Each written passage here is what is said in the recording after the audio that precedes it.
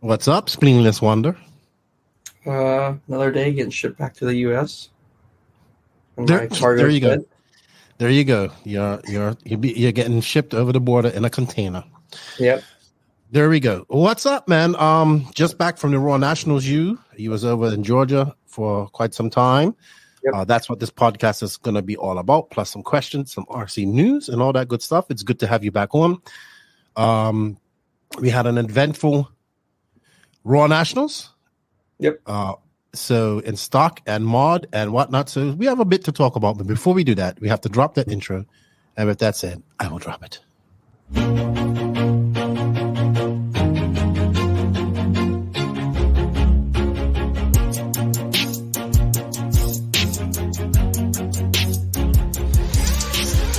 Nitro is the glory, but e-buggy pays the bills. Welcome to the No Name RC podcast. Get ready for some serious bench racing. But be warned, we speak our minds, express our thoughts, and sometimes things can get a little rowdy. Hate, and he just was influenced by the hate coming from the left, the hate coming from the right. And let's get back to more club racing and less of this grabbing racing. It's hard not to be arrogant when you're always right.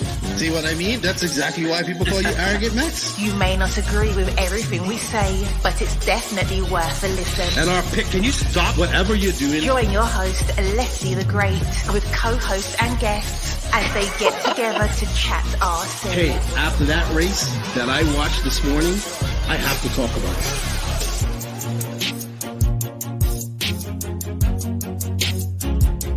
Here we go. $100 right here, $100 throw. Oh no! I like this.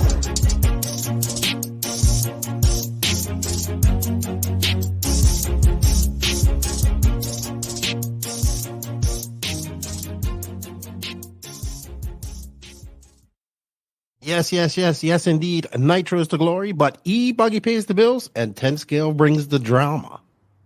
This is episode number 251 of the No Name RC podcast.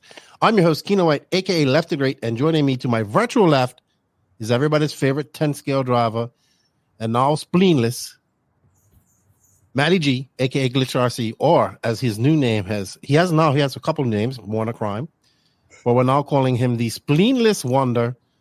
What's up, man? How are you feeling? Not too bad. Tired still. I probably should have slept a little more before I left. And definitely paying the consequences of that. Well, you didn't get sick on this trip. And you didn't die. Exactly. I didn't get sick. That was the whole goal. Usually every time I go on a trip, it's not to get sick. As stupid as it sounds, I wear a mask on the plane just so like I can. I know for germs and stuff like that. Yeah, I'm like, just so I can prevent any little bit of like health issues, because I'm like, I've already had experience going back to the hospital again after getting sick, and it's not very fun. So I get you. I understand that. Like a plane is just a big aluminum tube of farts. So, surrounded by fuel. So it's all types of germs on that. Cool, man. Well, you're here to talk about the Raw Nationals, but before we do that, I have to say some thank yous. I just say thank you to all of the NNRC squad around the world. Thank you guys for all the support. We greatly appreciate it. We are on the road to 5,000 subs on YouTube. We are now at 4,135 as we record this. So I need you guys to do me a favor. I need you to share this, get it out there, get people. We have 8,000 followers on Facebook. We should have 8,000 subs, no problem. It helps us out with the algorithms. Hit that like, dislike button, leave a comment, hit that sub and notification button, share it. If you are listening to this on an audio only platform, we appreciate that too. Leave a review, share, and thank you. Thank you for everybody that's rocking our gear, all that type of stuff. I'm working on getting some new gear. And if you guys want to get some gear, just hit me up. I'll send you the logos. You can get it done. All that good stuff. Thank you to the patrons of the NNRC. You guys will get early access to this, as well as the YouTube members. If you wish to support this podcast just a little bit more financially, you can. We have links for that in the written description of this podcast. Also, thank you to the awesome companies that support us. We can't do this without them as well. We have links, coupon codes, affiliate links. Some of them don't have any affiliate links or coupon codes, but we do have links in the notes. Just let them know that you heard about them on the No Name RC podcast, because it helps us out.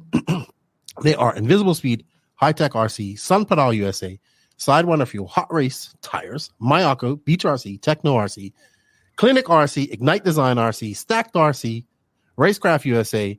Shout out to my boys, WRC, Danny Paz, Florida RC Championships, House of RC, and our drivers, David Ronafalk, Jared Tiba, Robert Battier, Alexander HagBerg. I guess we're going to call you our driver now. No, our driver. I now dub thee. I'm knighting you. Sir Matty G. Sir Spleenless One. You are now. Yeah, I got shirts. I'm getting shirts made, so I probably should let the guy know that I need to put some logos on there. I'm doing it in no English fashion. Knighting you, Sir Spleenless One. I don't get a green card. Is that? I can't help you. I don't have one of them myself, so I can't help you there.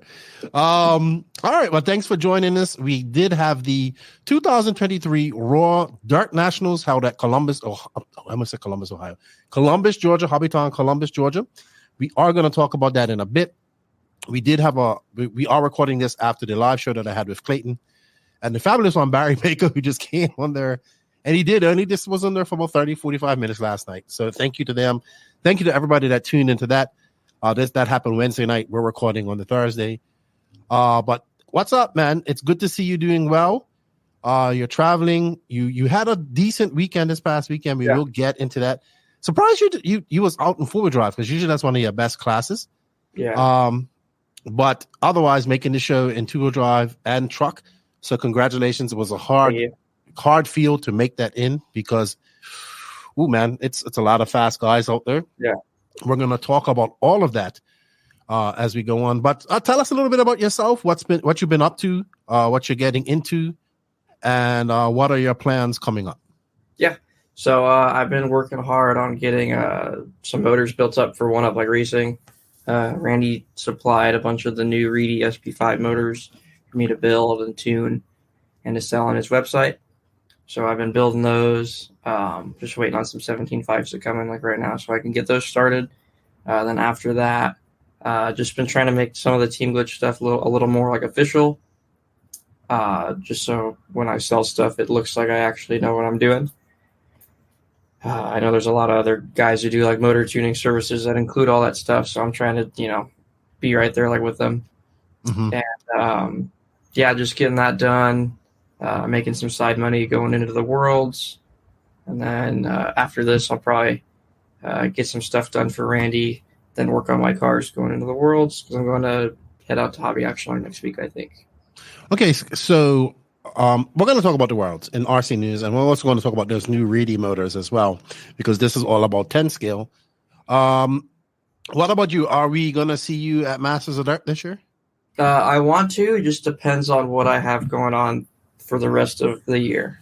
Mm-hmm. Seeing what our travel budget is and stuff like that. So because it's then that and then obviously carpet championships in November. I don't think I'll be doing carpet champs. I'm like I don't run carpet anymore. But it's the future, man. Yeah, I don't run carpet anymore. Yeah, I might have to take back that knighthood I just gave you. Because carpet is the future. But we can debate that. We can debate that because the track in Georgia was absolutely beautiful, and I really did like it, even though I wasn't there. But I just visually it was great. We saw big triples and all that type of stuff. We'll talk more about that.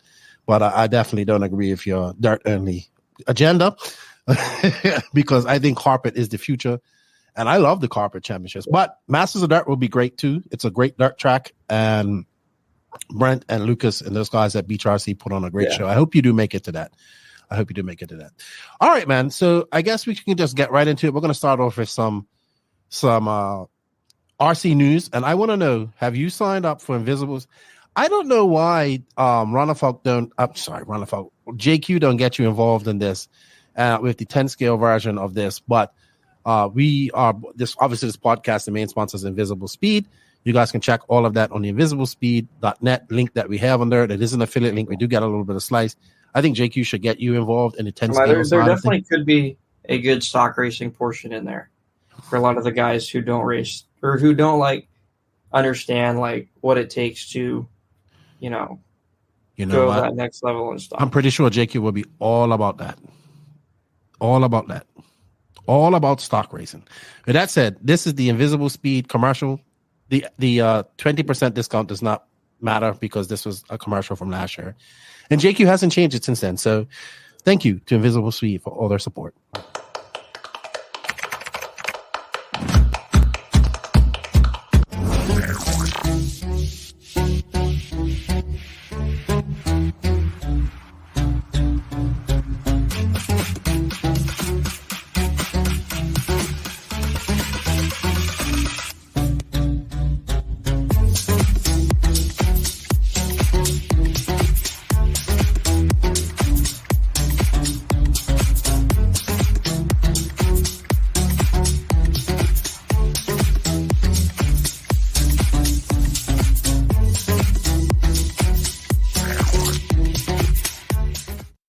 Thank you to Invisible Speed. We don't have any books, English books, but the online course is ongoing. And I am seriously going to talk to JQ about getting you on there for the 10 scale side of things. So I think you'd be a great addition to that and put some focus on that. But also the RC News is brought to you by High Tech RCD.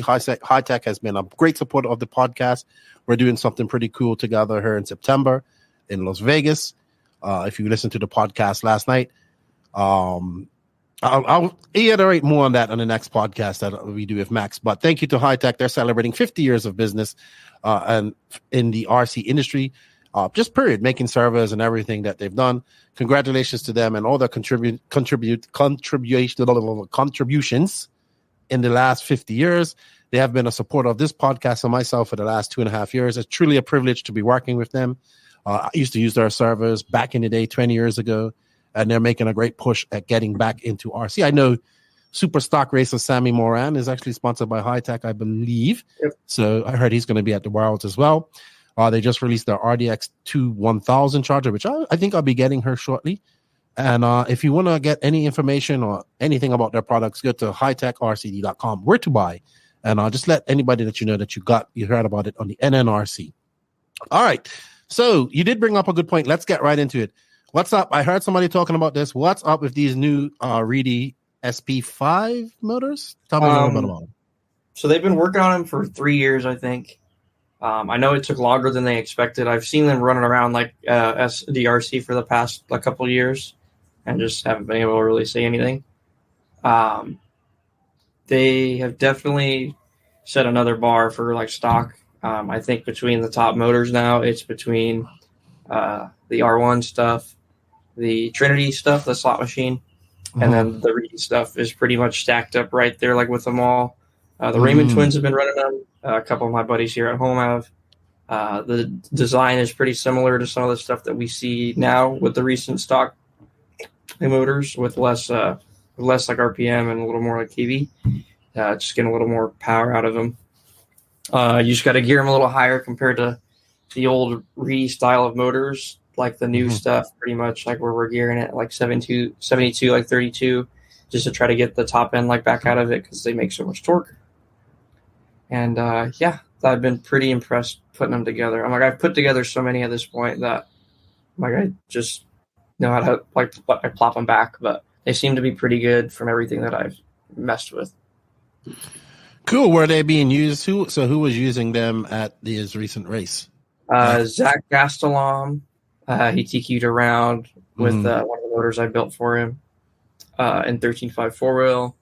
The Raymond twins ran. One of them, Chase, ran it in his 13.5 4-wheel. Both of them made the 4-wheel main. And a couple other guys, my buddy Brennan Edwards, the super tall guy, I call him the Bird. He finished 4th in short course. And then he won the stadium truck. I don't know if it's a national title or not. It wasn't very clear, but he won the stadium truck classic with one of the 13.5s I built in. Okay. All right. So it should be interesting to see what they come up with.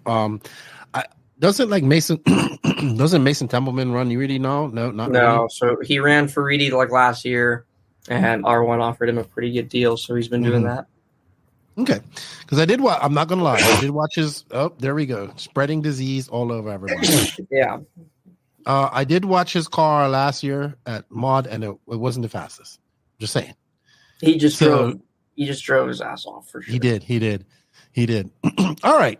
So enough about that stock talk. Pink Pinions for life. Let's talk about this Worlds coming up. It's coming. It's here. It's less than a month away, I believe.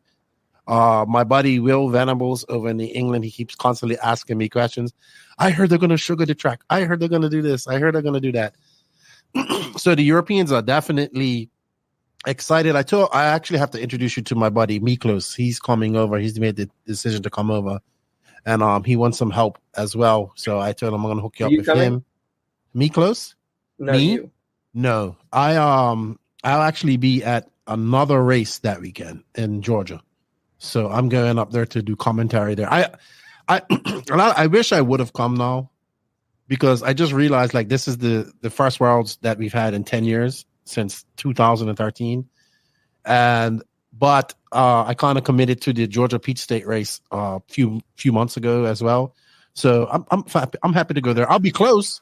The weekend before I'll be in Vegas for this hydrogen GP that I'm doing, which is pretty cool. I might as well talk about it now. So basically, this came up last week.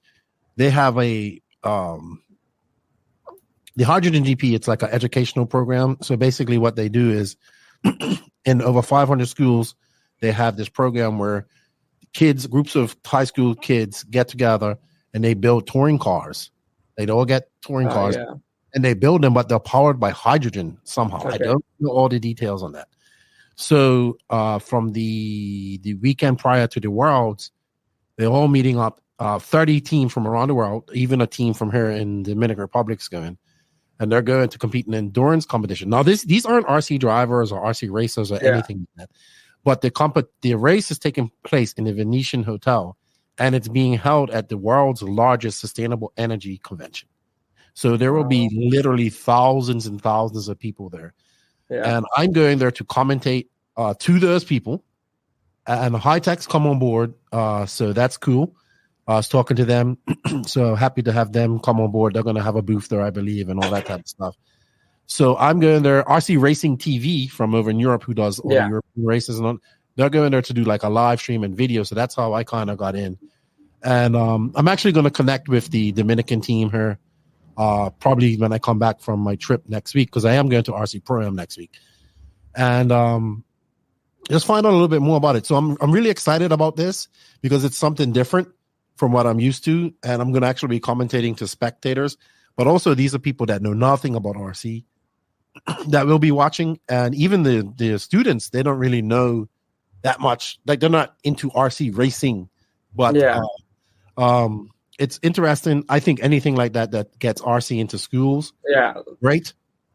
And I hope that maybe we as an industry can get behind this somehow, some way, and support that, because I think getting these kids turn into racers at some point, or maybe the people watching turn into racers, but getting RC into high schools is a good thing. I think any means possible. So I'm doing that. Then I fly from there to Atlanta. Then I go to the Peach State Classic. You guys will be, I assume, in the thick of it. You should have had probably in 4-wheel drive mode by Thursday, I would say.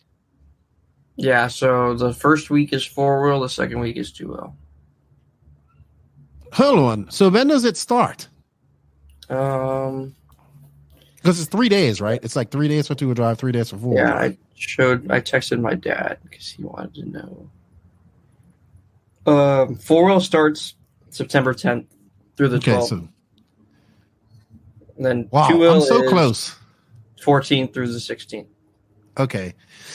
So it's not 2 weeks, it's just 3 days. But you do have a break in between. I wonder if they're gonna change the track. Yeah, they are. Okay. All right, so let's get on that. Let's talk about the Worlds. Fastly coming up soon. People are getting excited. I was listening to Jason Rona and on the RIP podcast the other day. Even he's like, Jason is kind of monotone. He doesn't really show excitement but I can hear in his voice like he's excited. First Worlds, 10-scale Worlds in America since 2013. So much has changed since that Worlds. That Worlds was outdoors on a sugar track. Tebow won, Hartson won. Tebow no longer runs 10 scale. Yeah. Hartson no longer races. No longer races. We barely see any racing whatsoever outdoors. Cars have changed immensely since then. Yeah. Carpet is king. I don't care what you say. And yeah, it's just it's hard to think that it's been 10 years since there was a Worlds in America. Yeah. I was just barely starting to get into racing. I remember walking through Walmart, like listening in my phone and like watching it live when like Hartson was running 4-wheel. Because I'd seen him around. 8. No, he was you was yeah, like I was like 10 or 11. Okay, how old are you now? 22. Okay, so he's 12-ish. So I was like, I remember sitting there like watching. I'm like, wow, like this is really close to us, and watching it all kind of like go down. And then I remember like my phone died on our way home, and I'm like, oh well, I can't watch A3. And I got home and like I watched it like the last lap where Hartson and like I think it was Nayato like went over the triple and like broke each other's car, or pretty much broke each other's cars. And it was good times. It was good times. We haven't seen any type of Worlds like that outdoors since, I don't think. No, well, we had China. China was outdoors, and no, and then kind of I would say that X-Ray was, it was kind of indoor outdoor type of stuff. But yeah, like the surface was definitely unique for most of the Americans to drive on. Mm-hmm. But an American ended up winning. But this is the first time, right? But this is the first time we've probably seen this on this type of surface in a Worlds, a clay surface. Yeah, for sure. This is like on slicks, dirt, misters, natural like groove coming in. So for all our Europeans over there that's still like, are they going to be using sauce? No sauce. You said something about that. They're gonna I think you're going on to and somebody else is coming over to go down there with you as well. Some international driver I think is coming with you or was coming with you. Jared. Oh, from Australia. Yes. Yeah. So the layout that you guys are going to run on is the layout that they'll have, or how's that going to work? They're putting in a new layout for the Worlds, and then after 4-wheel they'll change some pipes and stuff like that, and then they'll make it for the 2-wheel. But wasn't it something about letting people run on it that aren't going to be in the Worlds to put some sauce on it? I'm not too sure if they're going to do that still anymore. I'm like, I can't remember off the top of my head. I'm like, I've heard so many things at this point, but I think it's just going to be a fresh, brand new layout, and whatever happens, happens. Like they've done a really good job of keeping the track really consistent this whole year, so I think it'll be pretty good. Wow, who do you think who are we looking like? Obviously, I want to see you in the mix, but who do you think are the favorites going into this? Obviously, I would have to say Spencer and Fed. Spencer, Dakota, Champlin. Champlin's been really dialed under. He was good this weekend. Yeah. I'm going to wild card it and put Cavallari in there. I'm like, I would not be on the up and up, especially after running tires that seem to have a little more grip. Well, he can run whatever tires he wants now, pretty much. So but that seems to be helping, especially in the program. Spec tire. He's going to be on. Spec tire. Well, yeah, but it's spec tire, so it's level playing field for everybody. Mm-hmm. So he can run those, and it'll be. How about Europeans? I'm going to go with Bruno again because really they're going to figure it out. Like they may have struggled at the warm-up. Not Orlowski. I was going to say like Orlowski, him, Bruno. You know what? I need to ask Ongaro if he's still good. Let me message him right now. He is. Okay. Because we can't count on him either. Even though he runs 0-10 scale. You know what he said to me in Portugal? I'll just put whatever setup Spencer has on his car. That's how nonchalant he was about it. No worries. I'll just put this setup. Marcus Carup. Ooh, yes. Him too. The Hall brothers are coming. The Hall brothers will be good. It's hard to, I don't know how a lot of these guys are going to, I think a lot of guys are coming early. They're either going to Davies track or SDRC. How does that compare? That is Davies track is probably the most amount of grip I've ever ran on in 10 scale. Is that a glue track? It's glued, but their dirt's 100% clay, Mm-hmm. so that already has a lot of grip. And What if they glue the track? Then they glue it, and then it's gnarly grip. Well, that's like Hoosier, right? Hoosier's a glue. Yeah, it's higher bite than Hoosier. Wow. Interesting.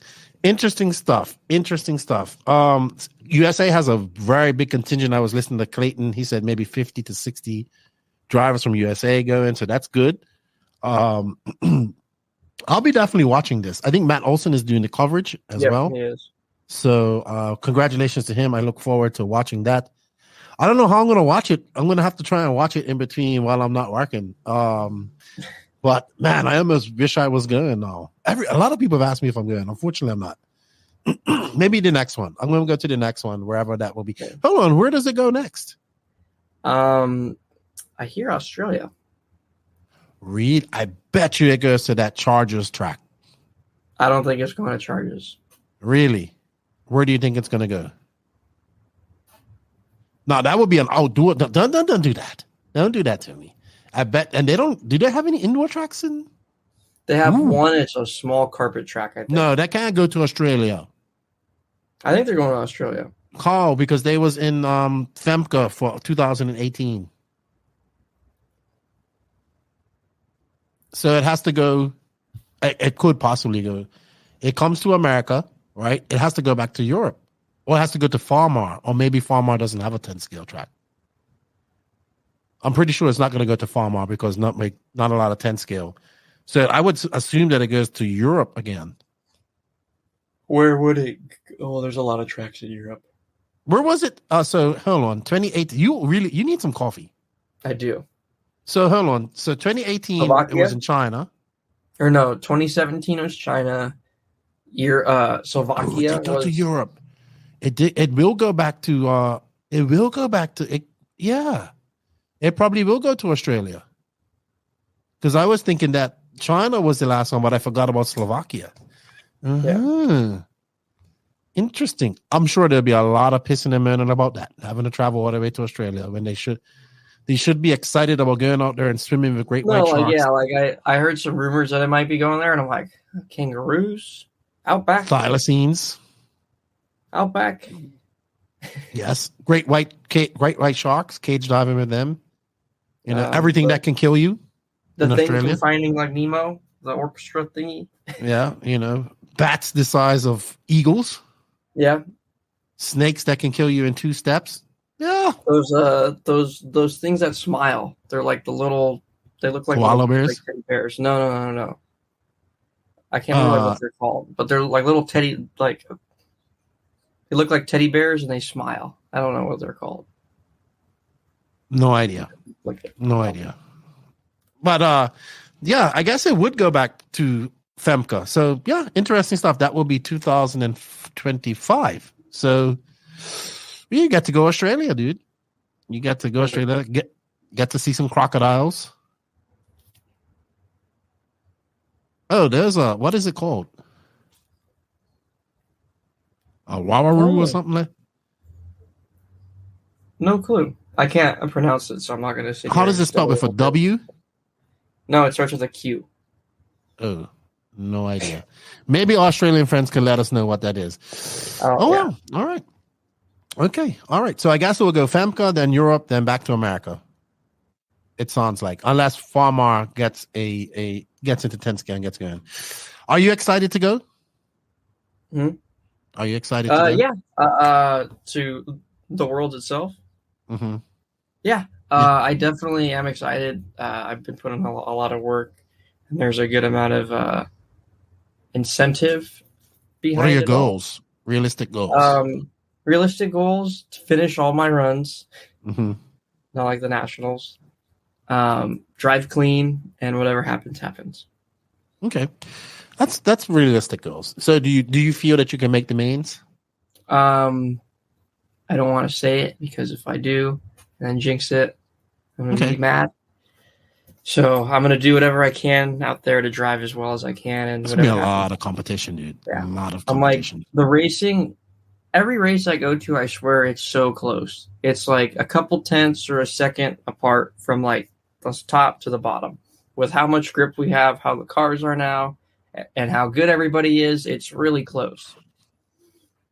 It's going to be interesting. I'll be watching as best I can. All right, cool. Any other interesting 10 scale news that you want to talk about before we move on? I don't really think there's much else going on that I have seen recently that is anything really worth talking about besides everything that happened at Nationals. Which we are going to talk about, but we're going to do some questions first for the Beach RC Bench Racing Q&A. This is brought to you by Beach RC. Hopefully we'll see you there at Masters in October. We want to thank Brent and everybody for their support, Lucas and everybody there at Beach RC. I will see all of these guys next week at the RC Pro-Am in Lake Wakamaka, North Carolina. BeachRC.com, the racers' one-stop online hobby shop. Choose from all the popular brands and variety in stock with super fast shipping and great customer service. BeachRC.com still has the local hobby shop feel with all the benefits of the internet. BeachRC.com is the exclusive distributor for Ultimate Racing, JQ Racing, Pro Circuit Racing Tires, Nitro Lux Fuels, and Assault RC Performance products. So fill up your cart and check out at BeachRC.com today. And thank you to Beach RC for all their continued support. If you guys can, there's an affiliate link in there. Use it. We get a little slice of that. All right. So we have a couple of questions from Instagram. First up, from your number one fan, Mike Sorchi. Dude, you are so savage to Sorchi online. So savage. So savage. He asked, how many times have the twins beat you, Team Glitch, at club racing? So Chase Raymond is 3 to whatever, and Levi is 2 to like whatever. So Chase has beat me 3 times, Levi's beaten me 3 times or 2 times. Okay. Austin Schaefer, he's asking about the IFMAR versus Raw thing at the Nationals. We will cover that in the Nationals, so I will ask that. Checkered Pass 503, he says, any up-and-comers we should be watching at the moment? In modified, Lemieux has been pretty dialed. He had a really good showing at the Worlds like warm-up. He TQ'd the race at his home track last year, the Team Associated race at Trackside. He was pretty dialed there. This weekend at the Nationals, he TQ'd around a 4-wheel. I know a lot of the top guys were like, oh, I don't know how that happened, but he drives good. Like his dad is Paul. So, there's going to be some, a little bit of talent sprinkled down, and Chase works really hard. Paul wasn't always known to work really hard and, go to that top step. So he's been dialed. In stock? Spec mod, as we're going to call it from now on. Spec mod. I'm biased, but the Raymond twins. I would agree there. They're pretty dialed for being 12 and being pretty competitive with like half of the guys up there being in their mid-20s to late 20s. It's pretty cool to see them competitive. I don't think that they'll be in stock for much longer, but they're doing what they can to, keep progressing and stuff. It's just being that young and going that far it's impressive to me. At their age, I was nowhere close to as good as like they are. So there's them. Nate Sutherland, maybe? Well, Nate won 4-wheel drive this weekend in 4-wheel drive. Yeah. I don't know how much longer he plans to run in stock. I know a couple guys plan to run stock for another year again. Okay. So, but yeah, this Noah Ward kid, I think he's from the trackside area where Chase like races. I've been watching him at a couple events, and he gets around really good. I think he's 10 or 8. So he's, I think he was in the B. Larry Ward the fourth. Are you talking about what was his name again? Noah Ward. Oh, Noah Ward. I thought just about LW4. No. But it must be from the same family. Ward are from trackside up there, and you talking about Scotty's oil track? Yeah. Yeah, I think they're from that area. Yeah, well, they gotta be brothers are related because all the Wards up there, I think, are related. And you have a brother named Larry. I'm Ward. not too sure. Okay, but him and his dad and mom are constantly taking him to the track. The kid drives pretty good, quiet kid, but he gets around good. So I could be wrong about them being related, but they do have the same last name, Ward. Yeah, I'm sure I'll figure. We'll get. I'm sure Mr. Kleinbauer will let me know. Okay, so we have some people coming up. Anybody that you saw this past weekend, young kids that were coming up, even though it wasn't the biggest turnout for a national. Talon Henley was my biggest surprise. I'm like, he's normally super fast, but crashes. And this weekend he was super fast and didn't crash. Yes. That's probably the best I've ever seen him drive. Even inside Hoosier, like he seems to, kind of bobble and stuff a bit. But I understand it's your home track. You want to do really good there. But this weekend, him and his dad, Eddie, were on the tire game from the very beginning. They had it down, and their stuff looked good. He top-seeded 2-wheel, and he finished on the podium in both, I think. Mm-hmm. So kid was pretty dialed this weekend. Yeah, his father owns Hoosier, Hoosier Hobbyplex. Good stuff. All right. Lendog RC, do chicks dig spleens? It's definitely hard to explain why I have a big-ass scar on my stomach and then explain the backstory. So, okay. Good stuff. All right. So moving on to some Facebook questions. We have Jeff Stackowitz. What's up? Stacks of Stacked RC also announced his leaving TLR. I can't say that I'm not surprised. I'm pretty sure that was going to happen. But he wants to know, I'm pretty sure he's joking with you. My question to Matthew Gonzalez is 2.7 degrees of deviation the fast way. What color bearing should I put in my motor? Orange, and they need to have large red timing screws that make the deviation higher. He'll understand what I'm talking about. All right. If you do have a lot of questions about the race, Mike Fuller wants to know about the format, lifetime position. We'll address that in the recap. Hunter King wants to know about the track surface. We'll talk about that as well. Chad Buckland, he wants to know what needs to be done to revive participation in modified 10 scale. How much of a pay cut are top stock racers taking to move up to modified? This is a great question. Yep. I'll tell you what, a lot. I was making pretty decent money racing stock, and it was awesome. Contingency for top 3, larger contingency if I won, and a TQ. So I don't make that anymore. Right. Because I am sitting 9th and 8th in modified truck and 2-wheel. So do you get any contingency for that? Yeah, for making the main at like a national kind of event, I get a little bit of contingency, but it's definitely a lot harder. And I understand why these guys are wanting to run stock still. You make decent money, but the problem is the money that you're making is not going to support you long term. And if you would like to do this for a job, the money is in modified. But if you're an A main filler, you have to come up with ways to make money by tuning motors for stock racers.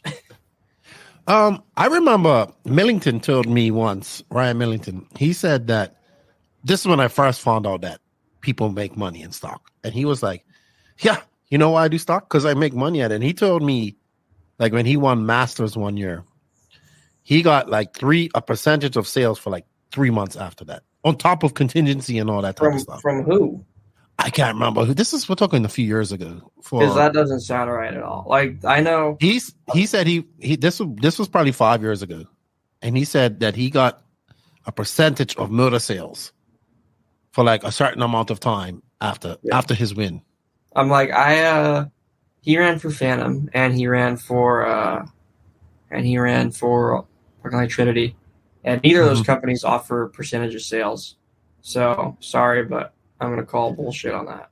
Probably, but obviously he made some money because people. Yeah, no, you do make money. Like, for example, like when I won nationals, I think I got $3,000 from winning nationals in 2 classes and a TQ combined from everything. I believe that's what I made.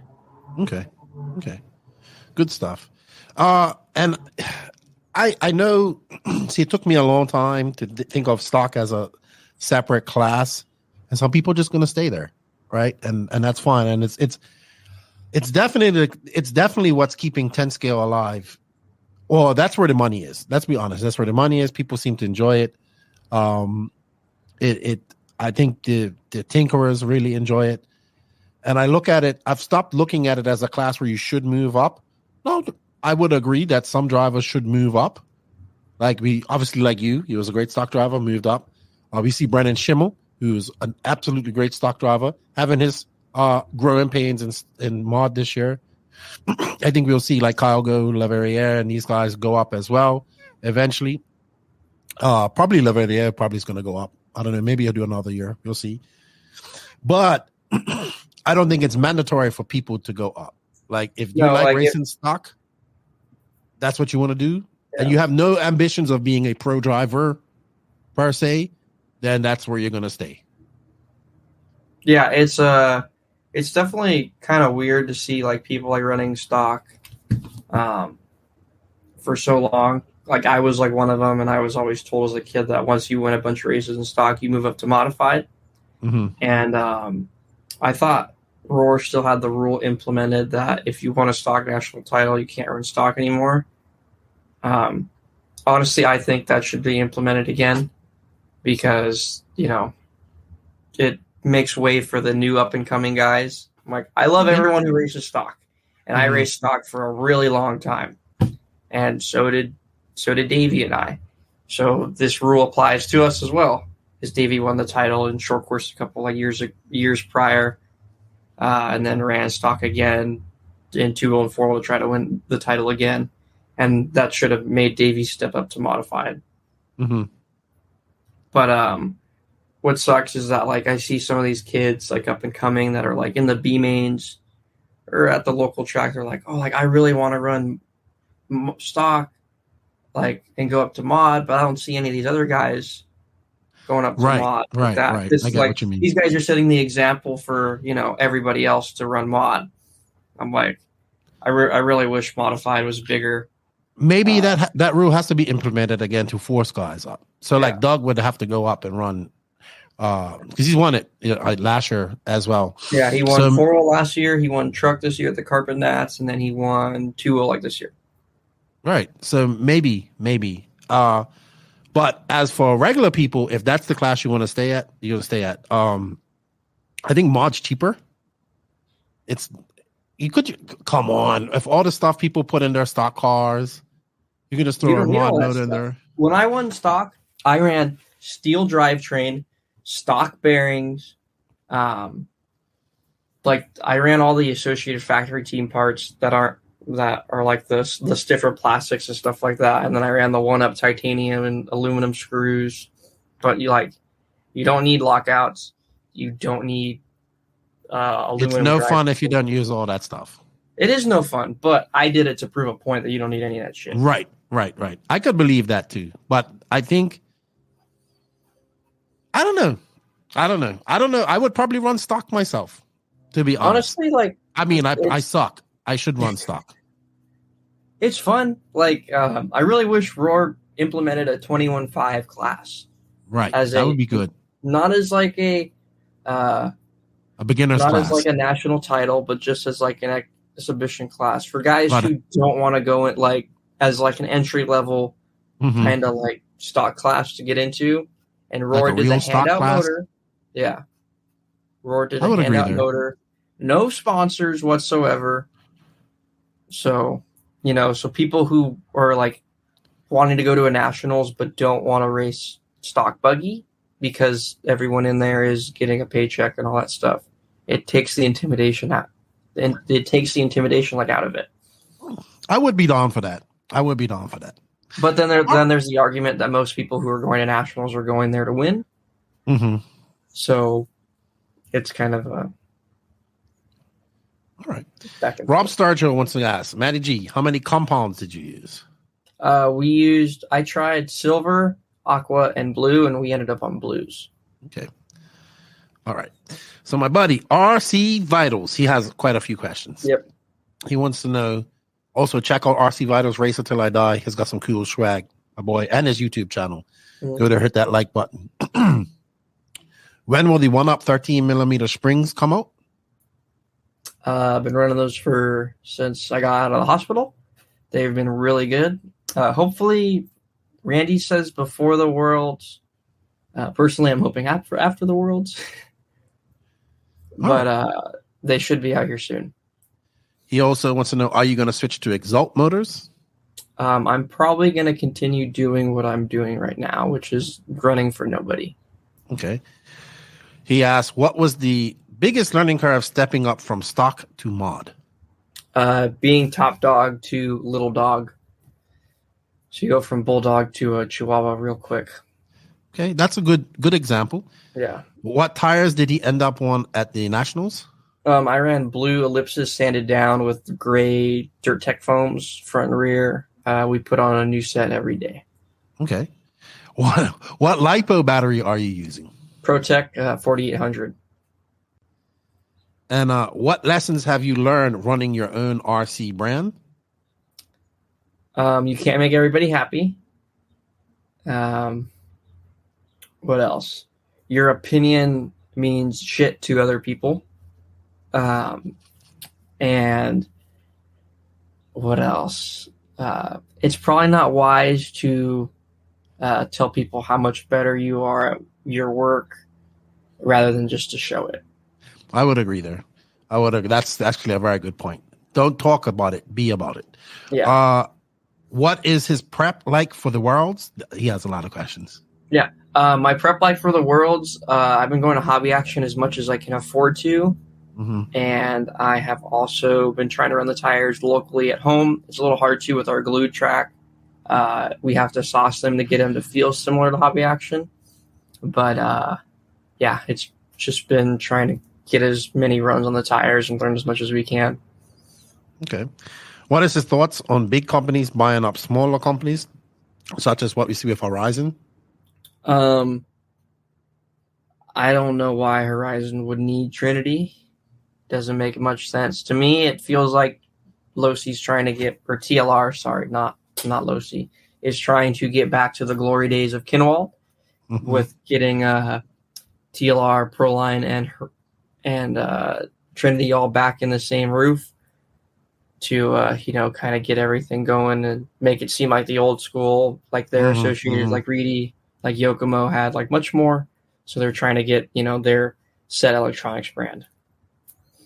I never even thought of that because it's a legacy item for Horizon or for TLR. I think the Trinity name, all that stuff. Speaking of Kinwald, he asked, I don't know if you knew him, but did you know Kinwald? Yeah. Okay, so he asked, how did you meet Kinwald and become friends with him? My buddy Jim Hughes, Jim and Brian were super close back then, and then they reconnected. So Brian would come down and hang out with Jim, and I would be sitting right next to Jim hanging out with Brian. Wealth of knowledge, super nice guy, knew a lot. It's kind of a bummer how the RC industry kind of treated him after he got sick. But the dude was probably one of the biggest influences on me till now. I still rock the drips on my paint scheme. I love cutting and drummelling stuff even when I probably shouldn't be. So, yeah. All right, because he goes on to a few more questions about Kinwald. He goes, knowing Kinwald, what do you think he would think of today's RC racing state now?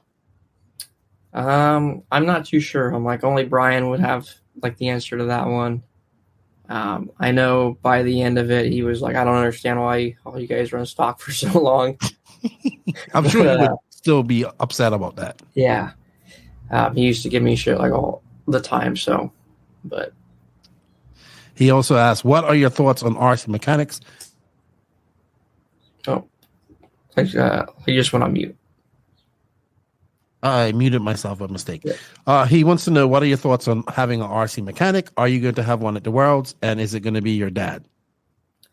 My dad is going to be my mechanic at the Worlds. Him and he hasn't really gone to many races ever since I got out of the house. So this will be fun, interesting to see how it is. RC mechanics, I think if you're running stock, you don't need one. But that's just how I feel.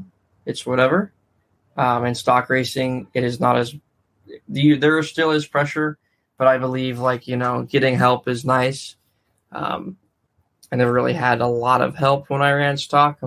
I mean, like Joe Pillars would help out like once in a while, like at nationals and stuff like that. But for the most part, it was all me doing most of the work. So honestly, I think if you can manage your time and everything else, you can do it on your own. But if you aren't very good at wrenching, there's many sources of people at your local track, I'm sure, that can help you figure it out. Okay.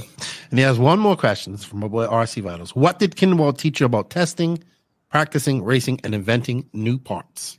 Try everything. Pretty much everything and anything that you can try. I'm like, even the most ass backwards stuff can work. Like we ran sway bars on our 2 wheels for the longest time. Like when Brian would come down, like the thinnest amount of piano wire with a soft rear spring to kind of get like an in-between feel. It would give the car more support in the corner, so it would have a little more grip. So just pretty much try everything and anything that you can to kind of get, the feel that you want. And you're usually, most of the time, the crackhead ideas end up turning into really good ideas. Yeah, I think we have to have a Kinwald edition podcast. Honestly, I only know him from the magazines. I don't know anything really about him. I've heard Rona talk about him. Obviously, Barry was the one who brought it up. So I think it would be cool to maybe get a few people on her. Maybe we have to get you on there because you're a younger guy that got to know him. And we can just talk about him, and we can, tell the world about him. And I want to learn about him myself, right? Yeah. So maybe we have to arrange that and get it done. And of course, Captain Kyosho, leader of the Kyosho fan club himself, Mike Sorchi, has one more question for you. He says, if you beat the national SC champion at his home track, are you faster than the national champion? He beat Mason in modified 4-wheel straight up at Hot Rod. And I don't think I've heard the end of it since. So he did beat Sammy, but Sammy broke. Mason was on the track and just kept crashing. And yeah. So Mike won. He's just upset because Kyosho doesn't have any 10 scale program now. That's why he doesn't. That's what I told him. I'm like, I know, I saw that. I just said, this guy's so savage. Oh my gosh. Mike Sorchi, Kyosho's number one fan. Captain Kyosho. Number one driver. He's the top driver. In his brain, but no. He's the top driver. He's better than Lutz? He's the guy. Okay. Sorchi, Lutz, and Figueroa. Sorchi is right here. The same guy who painted with all those guys but was scared to ask Zhao for a body. Exactly. But Sorchi, it's because he's too good. I had to bring it all the way from Portugal. There we go. Sorchi is funny. Sorchi is funny. Hot rods, outdoor 10 scale at Hot Rod sounds fun. We ran slicks, so. Do you still go up there much at all? My first time being there was this year. Okay, sweet. That's Templeman's home track. Yeah, I saw that. I saw that Jimmy had his. That's cool. I Tuesday Night Nationals, man. One of the most fun times I've had in RC was going there watching that. Barry was there. My buddy Mike Hill was there. He beat up all those guys in California knee buggy too. First time ever. All right. Thank you for the questions, everybody. Thank you for answering them. If you guys, when we do have you on, we will have questions for you. So get all your 10 scale questions ready. Obviously, we're going to have you on after the Worlds here. I'm pretty sure about that. So that should be great. With that said, we're going to move on to the main part of this podcast, which is the 2023 Raw Dirt Nationals recap. That is actually brought to you by Techno RC and Sidewinder. Even though they don't have any 10 scale stuff. Well, yeah, Techno has 10 scale stuff. They have a 10 scale 4-wheel drive car. But thank you to Techno RC and Sidewinder for the continued support. And we're going to get ready to get into the nitty gritty here. Techno RC. Techno RC is a championship-winning manufacturer of high-performance 8-scale, 10-scale, nitro, and electric RC buggies and trucks. With a worldwide dealer network, USA and Europe-based headquarters, comprehensive warranty program, and global race support, Techno RC is excellence in RC. View the full lineup of Techno RC race-proven vehicles by visiting www.technorc.com. Thank you to Techno RC for their continued support. Also, I'd like to say thank you to Sidewinder Fuel. Morgan Fuel has been collaborating with many of the world's top drivers for over 40 years, and this has enabled them to test their fuels in many of the most challenging situations and take the development of competition fuels to the next level. The result is the Sidewinder blend. Obviously, Greg Degani runs this exclusively. The market's most powerful racing fuel. The fuel is track tested and proven by national champions and world champions that have included Ryan Cavallari, Ryan Mayfield, Greg Degani, Mark Pavidis, and many more. Their top driver right now is the infamous Little Bump. These drivers did appreciate the Sidewinder is blended perfectly for the high-performance needs of competitive racing. Don't let victory slip you through your fingers. Purchase Sidewinder today. And I believe you can purchase it through various hobby shops. I know Revelation has it. I believe Amen has it, and all that good stuff. And you know what? Before we get into this, I'm going to get on your ass because David Bada was at the Nationals running Nitro. We see Kyle Go is running Nitro. Doug Leverrier is running Nitro. He was at the Nationals running Nitro. Brandon Schimmel is running Nitro. So when are you going to do it for Mexico and run Nitro? Lefty, all of these guys have money. That helps. That helps. Have enough to live in a container. I have enough to eat, and I have enough to travel and race 10 scale. You know what? If I throw 8 scale into that, I will be living in this container. Well, I thought you did anyway, but we're gonna get a petition going because we want to get you running Nitro. We gotta get over to Randy and say, hey, you know what, man? It's time for this guy to start running Nitro. Because I see all these other guys are running. And you are just, in your container there doing stock things. But I hope you do. I really would like to see you run some Nitro. Maybe you can run a Kyosho with Swartzy. Swartzy, if you're listening to this audio, he just gave a look of never. All right, so what's up? So this was the 2023 Raw Dirt Nationals. The 10 scale nationals are now split up into carpet and dirt. I'm going to ask your opinion on that because I think we should just go back to one nationals. You already said that you are a dirt fan of 10 scale racing. I think it's a class of racing that's dying a slow death. I know you don't want to hear that, but I believe it is for sure. And it's not because it's just very unsustainable as a business model. We see OCRC is closed on. We've seen a couple other dirt tracks closed on. And I definitely think that Astro and Carpet will take over with semi-permanent tracks in the future. But as for now, we had the Dirt Nationals at a beautiful, beautiful track here in Columbus. I heard Clayton say that it's actually inside of another sporting goods building or something like that. Tell us a little bit about that. Archery center. So it's a hobby town that has an archery center. So if you pit in the VIP pits, you pit in the archery range. So that was pretty cool. Ooh. So they have a big archery shop, I take it, or just multiple ranges? They have a lot more archery selection than they do RC parts. Well, archery is a lot bigger than RC. Yeah, for sure. Yeah. I 100% understand why they have archery stuff because it's probably making them more of their money. So I had my buddy Gary Stute, who's also doing a TZO team challenge in September. He used to be a professional archer. Yeah. And he was telling me, it's bigger than RC. Everything's bigger than RC. Yeah, everything's bigger than RC. Rubik's Cube competition, yo-yo competitions, rolling cheese, non-hills, all bigger than RC. So that's great. So it's a huge facility. Did you get a lot of foot traffic? Was there people around? Yeah, there was a good amount of people going through the archery stuff. Not a lot of people looking at the RC car stuff, which kind of is a bummer. Because it's not exciting. That's why you need to have somebody in there pumping it up. You should have had, should have had Lance McDonald there. Everybody, Lance McDonald, Scotty Ernst, because you can hear them for days.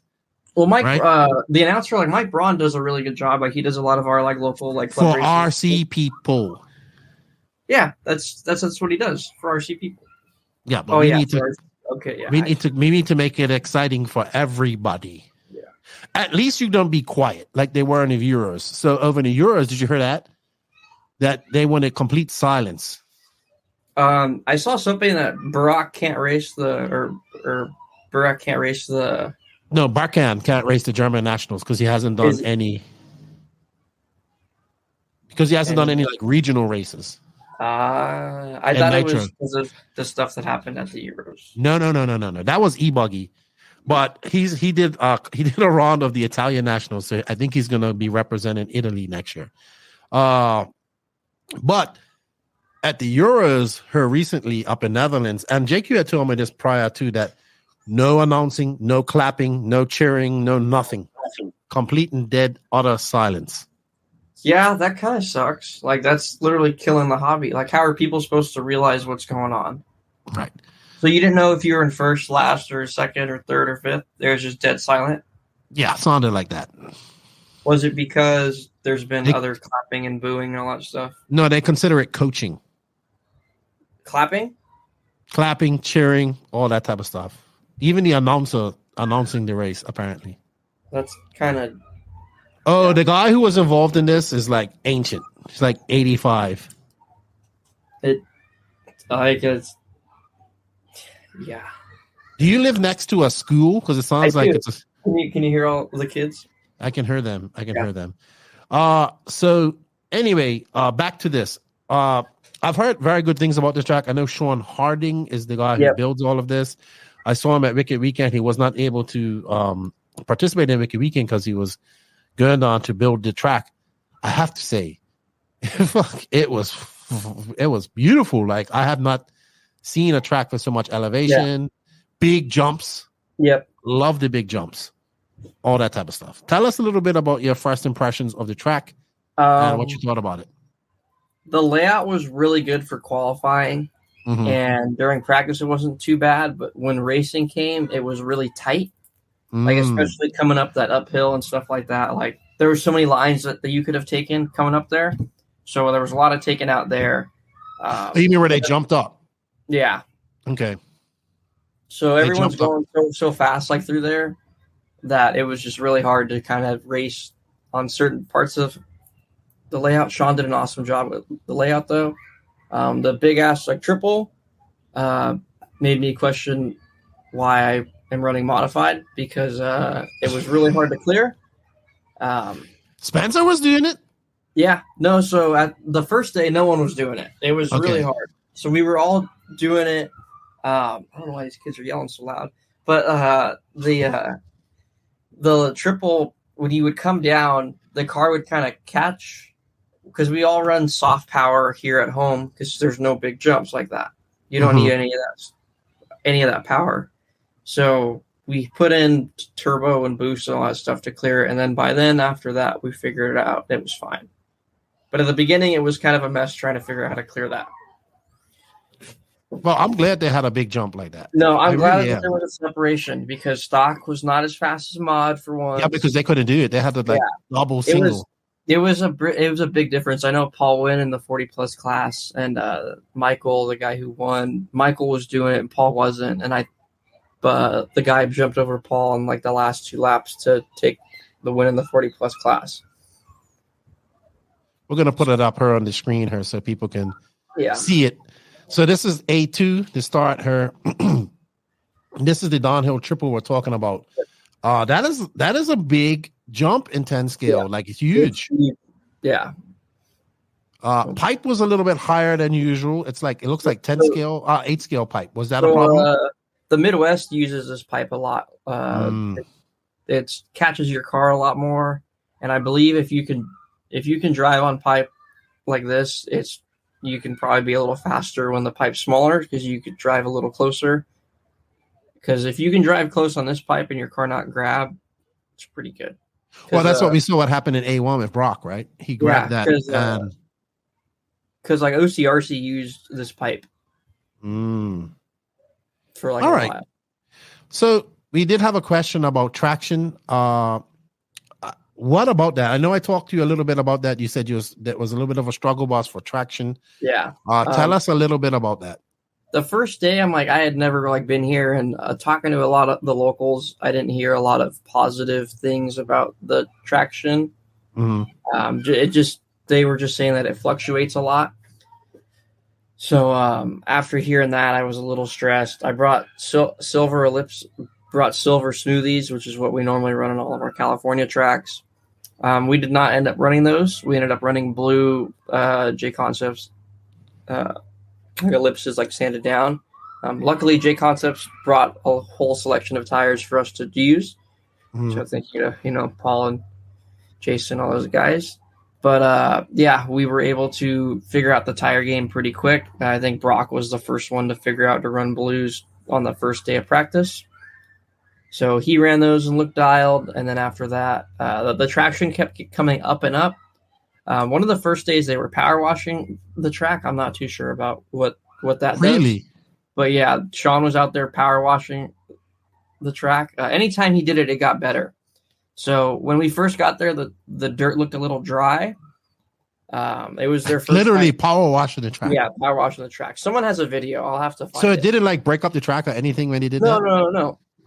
The dirt's really like compact. sticky. Yeah. So the track stayed really smooth all weekend. Wasn't bumpy or anything like that.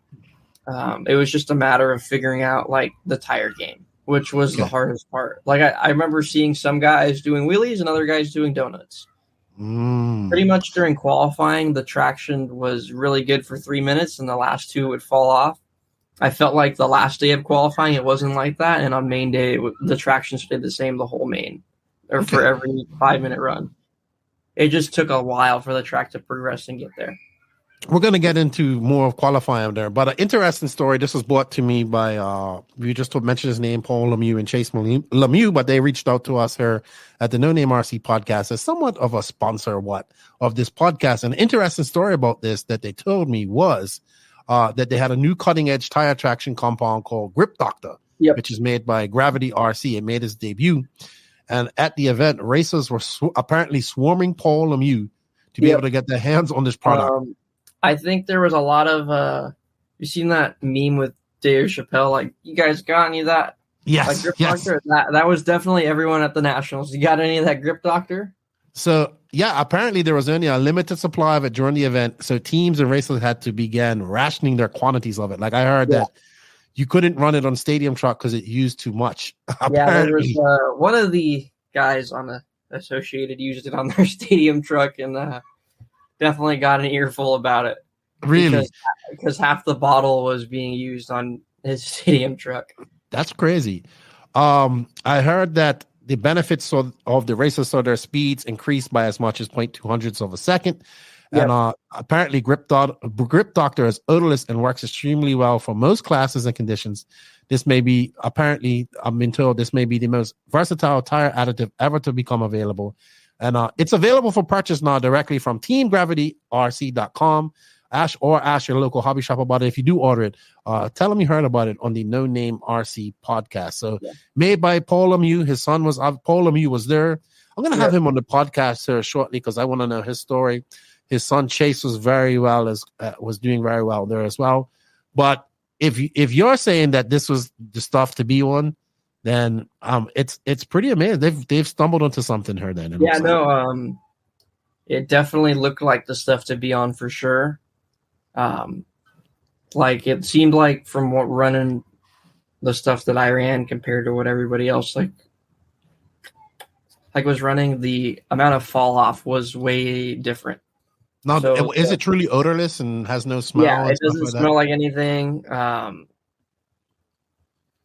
tastes good, so there's all that. I hope nobody tasted it. I really do. I really do. All right, so let's get into the nitty-gritty of her. Let's get into qualifying. So qualifying, let me just get out of her. Qualifying was pretty interesting. So we saw, let me bring it up here. In modified two-wheel drive, we saw Brock Champlin, who was super dominant. He went 0.052, so he was on point. Like Brock was out there. So that tells me that Schumacher has been really working really hard on their dirt program for their cars as well. So he was in first. He TQ'd, followed by Dakota Fend, Spencer Rifkin, Ty Tessman, doing it for X-Ray in two-wheel drive, Taylor Sontag, Tom Rinderneck in 6th, Dustin Evans 7th, Ryan Cavalier 8th, Chase Lemieux 9th, and you there in 10th. You had a 25 DNF, dude. What happened there? Yeah. So my cars the first round decided all to break. It was really fun. There was definitely a lot of just a couple radio taps and a lot of F-bombs. But after the first round of qualifying, we figured it out. Dude, you got it in by the skin of your chinny chin chin. You had an 8, a 6, and a 10. Yeah. And then Dominic Paxioni was behind you in 11th. Lee Satzer, Brandon Simro, and Aiden won. I think Aiden was the biggest surprise out of all of this. Did not make one A main. No, did not make one A main. I heard it was the tires. I heard Proline was not very good there. Well, Tater was in the mains. So I forgot that he runs Proline. I did. Yeah. Tater was in the main. So Yep. Could be something. Tater's been doing really well lately. Tater's been dialed. He is. He has been very dialed. So let's look at 4-wheel drive real quick. Hold on, just bringing up my notes. 4-wheel drive mod was Rivkin. He was on fire. He had a 3, 5, and 2 zeros. Brock Champlin, not too far behind him, with a 0, 4, 12, and a 2. Tater Sontag. Now, I think this is so. I think these are now how they didn't start, because I know they went IFMAR style. So I think Taylor was one down below. He started in 4th in this sense, because now all the mains are switched into raw style, raw qualifying now. So Taylor really was supposed to start 3rd, but started 4th. Yeah. And then we saw Chase Lemieux, who actually TQ'd round 2 of this race. Let's just stop and talk about this young man, because he's very impressive. How old is he? 16, 17. All right. As Barry says, I knew Chase when he was in his dad's sack. That's what he said on our live one time. This kid seems to be turning it up here in 8. He was the top X-ray driver. He was the top X-ray driver. He was the top X-ray driver at the Worlds warm-up. Exactly. This kid's the real deal. No joke. You know what? I'm going to say. He needs to run some nitro. Like he does. He seems to be very good. And I don't know much about him, but he seems, when you go up to the Dirt National and TQ Iran, and you are the top extra driver at the end of the day, you have some talent. I mean, it's not hard to his dad was very talented as well. We see old man Dustin Evans, who came in 5th, Dakota Fence 6th, which I'm shocked at, because I thought that 4 drive would be bad, just as be his class. Something sounded wrong with his 4-wheel. Like when he would go out there, something sounded like it was about to fall apart. I also heard that he's using a different radio. We saw that at Wicked Weekend too. Maybe getting adjusted to that. Of course, look, I'm going to say it. He's out there using a Sanwa M17. We saw it at Wicked Weekend. I know he's supposed to use the Spectrum stuff, so he's switching over to that. We have long said that probably that the Spectrum is one of the reasons why he's not doing as well. But I think he has to get used to this radio maybe now. So I'm sorry. I saw it at Wicked Weekend. I'm not going to say that I didn't see it. I saw it. So I'm just saying what we all saw. Tom Rennenknecht. Tom had a solid, making both mains. I think that's solid for him. Ty Testman, Ryan Cavallari, and Lee Setzer made it in 4-wheel drive. Davey Bada beat you. You came in 12th. You had a DNF in the round. Then you had a 9, 8, and an 8. So you actually had some better qualifying rounds in your 4-wheel drive, but obviously it wasn't enough to get you into the main.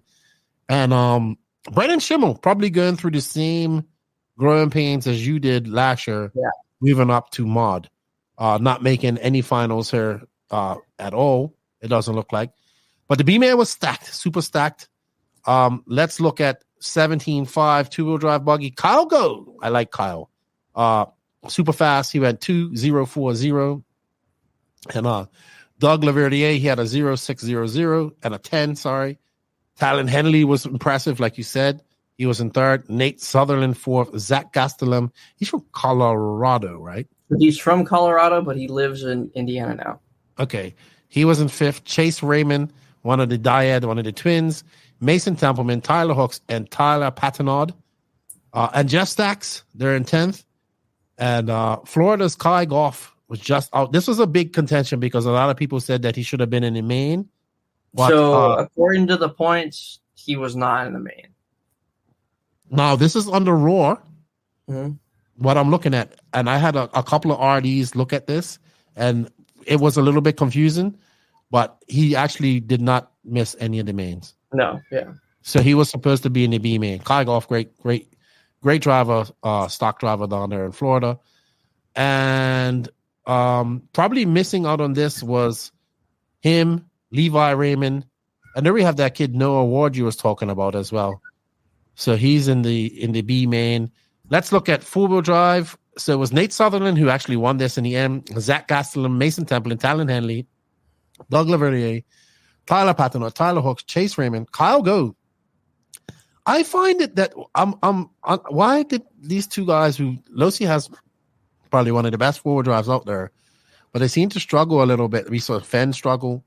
Yeah, I don't like. Struggle. It seems like Associated has honestly really figured out their four-wheel ever since this .2 came out, and I think Losi's had pretty much the same car since it came out. Mm. And what's that saying in Jurassic Park with like the evolution? Life finds a way. Mm. So you're trying to say that they need to start building a new four-wheel drive. What I'm saying is evolution finds a way. There we go. I would agree with that. And then tying off was Levi Raymond. So both twins made it this time. And Kai Goff once again in 11th, right there on the cusp of making it. And then you also made modified stadium trucks. So we had Fenn, Tessman, Evans, Rivkin, Chase Lemieux, Cavallari, Gonzalez, Tater, Lee, and Brock. With that Schumacher. Brock finished one run. Really? So everyone else finished all their runs. Brock finished one run and made. Really? Yeah. He did too. I'm looking at it. He DNF'd. What? Well, okay. Oh my, you know what? As a driver, I would be embarrassed about that. He had a 9, a 16, a 18, and a 7. Wow. So that 9. Feel embarrassed, or everyone who finished behind him should feel embarrassed? Everybody finished behind him should be embarrassed. Yeah, that's what I'm saying. Because I remember looking at the points after the race. I'm like, oh, I want to see where I qualify. And I look at the 10th spot. And I expected it to be Fenster or Horn, and it's Brock. And that Schumacher truck. See, they don't really race that over in the UK. No, they kept breaking. Ooh, that's not good. Not good at all. Luckily, there's no Worlds for that, so you don't have to worry about that coming up. And you don't run much truck either, but you made it. The first time I ran it was first time seating run. Okay. And then I guess we'll look at 13.5 stadium truck. My buddy Patrick Rossiter, he made it. Tom Sherman. So Sherman, Owen Simon. So these are a lot of the local guys there that made it, I would say. I don't know who Brendan Edwards is. But that's the dumb bird. Guy. Okay. And then I guess everybody decided to run 13.5. Why don't I have any scoring for 13.5 scoring? What's going on here? No scoring whatsoever for 13.5. Everybody decided to run short course. Well, because short course was the title class. Truck was an exhibition class. Oh, okay. I did not understand that when you said that. So we had Doug Laverdier, Mason Templeman, Nate Sutherland. Mason ended up winning. Yes. Did he win? He won short course, right? Yeah. Right. Nate Sutherland, Brendan Edwards, Justin Sherman, Tom Sherman, father and son racing against each other. Arthur Stathalopoulos. I met him at Wicked Weekend. Ryan Govette, Teddy Davis, and Richard Lewis. Sean Alfonso. So they actually canceled mod short course because there were no entries. So, which I agree with. Very low entries for this race. Very low entries. I think what we're seeing here is I think we need to go back to one nationals. I think it needs to be in April because everybody wants to be outside at this time. And I know you're not going to like what I have to say, but carpet is just taking over, man. And I think they should just rotate it. They should have one nationals on carpet next year, then the following year on dirt until dirt's done. Yeah. It seems like, sadly, dirt, like, these guys want instant grip. I want instant grip. So it just seems like slowly the dirt thing is starting to phase out, which is a bummer. I don't mind carpet. I just don't really have a need to go and run carpet. So, well, the issue with the dirt thing is, too, a lot of tire prep. Sending onto those treads. Well, the glue takes away all the tire prep. Okay. And I think the big issue is sustainability, right? Having a dirt track or clay track as a business model is extremely hard to make track changes, because Americans love to have a lot of track changes. But when you think of the carpet stuff, we're looking at how they do carpet astro, how they do it in the UK and Europe. It's a lot of temporary, semi-permanent tracks. Basically, people renting out school halls, church halls, putting up a track in a night, different layout every time. And people, let's be honest, like, for new people, driving on carpet and astro is just easier. Yeah.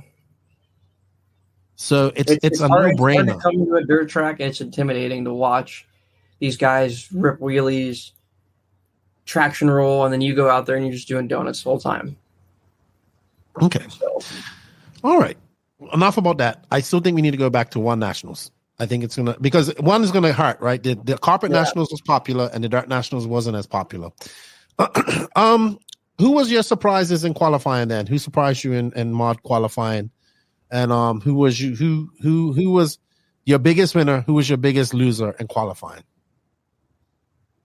The surprises that I really had in qualifying, no one really surprised me. Like, I knew Chase was really fast in 4-wheel, so I knew he was going to be up there. And then there's no one that really was like in modified, at least. Like, I think the biggest surprise was Aiden not making any of these mains. Yeah, like that. Definitely not making the mains for Aiden was not good for him, I thought. No, because he is a pro driver, right? And he got black flagged in stadium track. I saw that because his car was broken and he was just going crazy. He was having fun, but you can't be doing that while other people out there racing as well. So, not a good weekend for Aiden Horn. Not a good weekend for him. I hope he can get it together for the Worlds coming up. Obviously, he should be fine for the Worlds. I think so, but it's gonna be so hard, so hard. Maybe my biggest surprise is not seeing Fend as dominant as we expected. I don't know what's been kind of going on. He was really dominant the last 2 years. And then, like, this year, at least coming into the Worlds, he hasn't been as dominant as I've seen him recently. Spencer looked good. Brock looked good. Tater looked good. No Mayfield, but I don't think we're going to see Mayfield doing much dirt racing, period. He seems to like carpet, and not as much 10 scale, period, anyway. Busy schedule.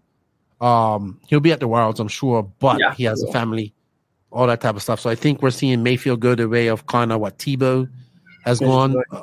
8 scale, maybe do some carpet racing now and then, because he told me he really enjoys carpet racing. So I understand that. 100%.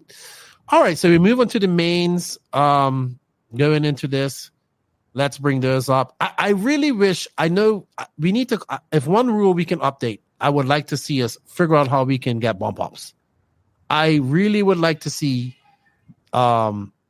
maybe people that don't make the B main.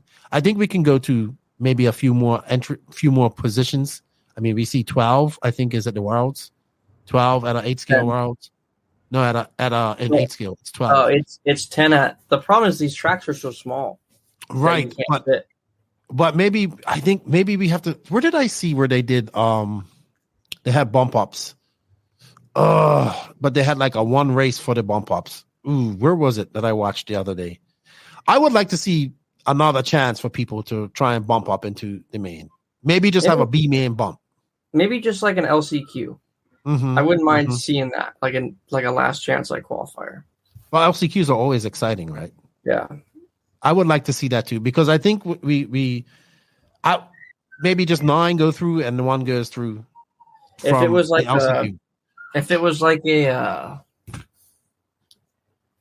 a heads up kind of, like how Beach RC used to do the super pull stuff, like where you do like a lap, and if you're last, like you get knocked out.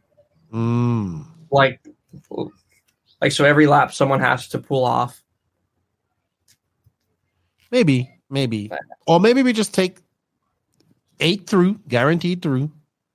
And then from there on, you have to, that would mean you would have had to be in the LCQ. Yeah. But I think that gives people one last chance, right? Have an LCQ. And then we go to your B mains. Then you can have your B mains and all that type of stuff. I think it's time we saw something like that, because we've had these rules for a long time. I would like to see that. If we can't get maybe 1 or 2 more entries, maybe 1 or 2 more participants in the A main, I would like to see, because we'll just make it exciting, right? And we'll give people one more shot to make it, and we'll make it for a great mad dash. Every LCQ that I've watched in 8 scale is great. So I hope that we can do something like that, because then it's like, all right, then we see people like what happened in the B man with Aiden. Yeah. You know what I mean? Just out there sending it, not really worried about it, because really he runs to be in the A main like everybody, but he should have probably been in the A main. Yeah. So that would be good to see. Maybe we can see some advancement in those type of rules as we go forward in 10 scale racing. But let's go to race results. So we'll go through mod real quick, and then we'll touch on we're just going to do mod 2-wheel drive and 4-wheel drive. So we saw Fend in 2-wheel drive. So A2 of 2-wheel drive. Let's bring that up, because this is where a big kerfuffle had. We slowed it down. I actually have it here. I'm going to show it on this. I can't stop it, but let's have a look at it. Getting hung up in the S's there. That looks like it was Brock getting hung up in the S's. Drag race down the back straight, and we got Dakota and Spencer drag racing down the back straight. Spencer looking for a place to get by as they come through the front triple. Watching the triple, guys. You got 1 at the start of the triple, right at the beginning.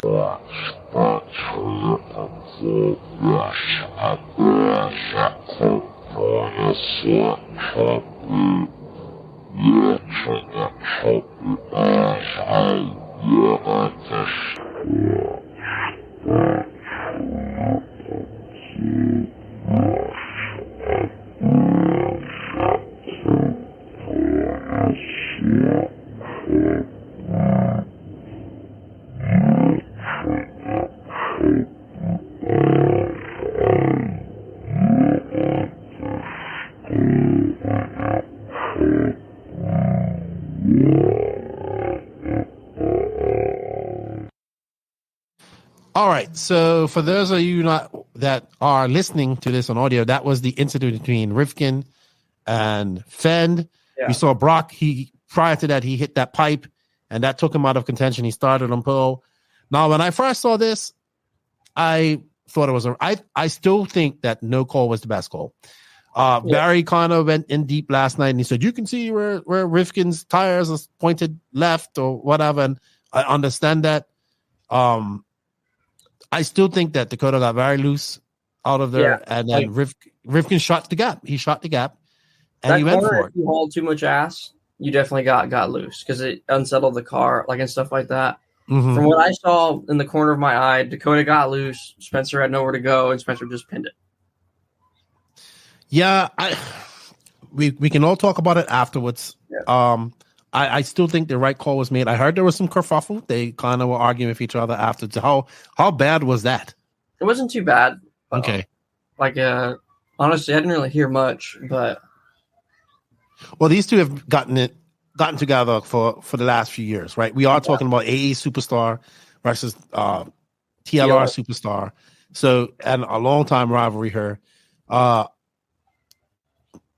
In the end, it didn't really affect it. Fenn ended up winning it. He actually finished 9th in this, and then he went 1 and he won A2 and A3. We saw Spencer Rifkin. He came second and second. We saw at some point, I think in A3, where they had a good battle going on. Yeah, so they had a good battle, and then Spencer shorted the triple. He shorted the triple, caught him back up. Brock got out of the way for them, which I was shocked that he did that. I was actually shocked that he did that because I knew him and Rivkin have had some kerfuffle as well. But he knew that he wasn't going to beat or get first, so he let them battle out. Then we saw, I think Rivkin made another mistake, not sure, I can't remember where, and that allowed Fenn to get by. I like when races go on to A3, so I was happy about that. And congratulations to good old Fenn. I think he won this last year as well, right? Yep, so he won 2-0 and Spencer won 4-0, so they defended their titles. Right. And we saw Brock come in third. Cavallari, I just noticed that, had a fourth, so I think that's a good result for Cavallari. Positive result for him. Dustin Evans in fifth, Tessman sixth, Chase Lemieux in seventh, Rennenek, Matty G, and then after a great start and great, finish qualifying fifth, like Taylor just kind of blew out. He got 2 stop and goes too in one race. Yeah, did he just have a breakdown? He got me in stadium truck, and then he just kept going for it. He blew out. He blew out mentally then as well. All right. So two-wheel drive was probably the most interesting one for us in mod. And then let's look at mod four-wheel drive, where we saw Rivkin go 1-1, and then obviously he didn't race, so he won that in 2 A's. And I didn't realize that Chase had come second, so congratulations to him. Yeah. He got a second, a 5, and a 2. Brock, after, another great qualifying, kind of just wasn't there. He got a 4, a 6, and a 1. So that 6 really messed him up. Yeah. Tater, who should have started third, but started fourth, had a much better showing in four-wheel drive, a 5, second, and a 4th. Beating Fenn in this. So Fenn does not have a very good four-wheel drive weekend at all. So Dustin Evans in 5th, Tessman 6th, Dakota Fenn 7th, Rennekonek 8th, Cavallari 9th, and Lee Setzer for Associated getting in there in the last 10th. Yeah. And just kind of I guess the biggest disappointment would be Fenn not doing well in four-wheel drive. Yeah, like his stuff looked good in practice, and then it just didn't seem like it translated well out in racing. Mm-hmm. And Rivkin was definitely the toast of the town in four-wheel drive. He looked good. His car looked good. And then I guess his biggest competition at that point would have been Brock, who just kind of fell off, I would say, or just made mistakes. Yeah. He just made a lot of mistakes. Good second place for Chase Lemieux. Not what Brock wanted, and I would say a good 4 for Tater. A very good 4 for Tater. Tessman probably not too happy with 6. Tessman and 10 scale has been struggling. And the X-ray four-wheel drive is supposed to be good. He shows up, and then it just goes downhill for some reason. I don't know why. He took Tom out in A2 of two-wheel pretty bad. He did? Was Tom upset about that? Yeah.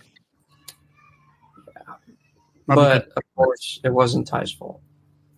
But not when your dad's the team manager, Probably not too happy about being beat, not being number one, and having Chase being up there, I would say.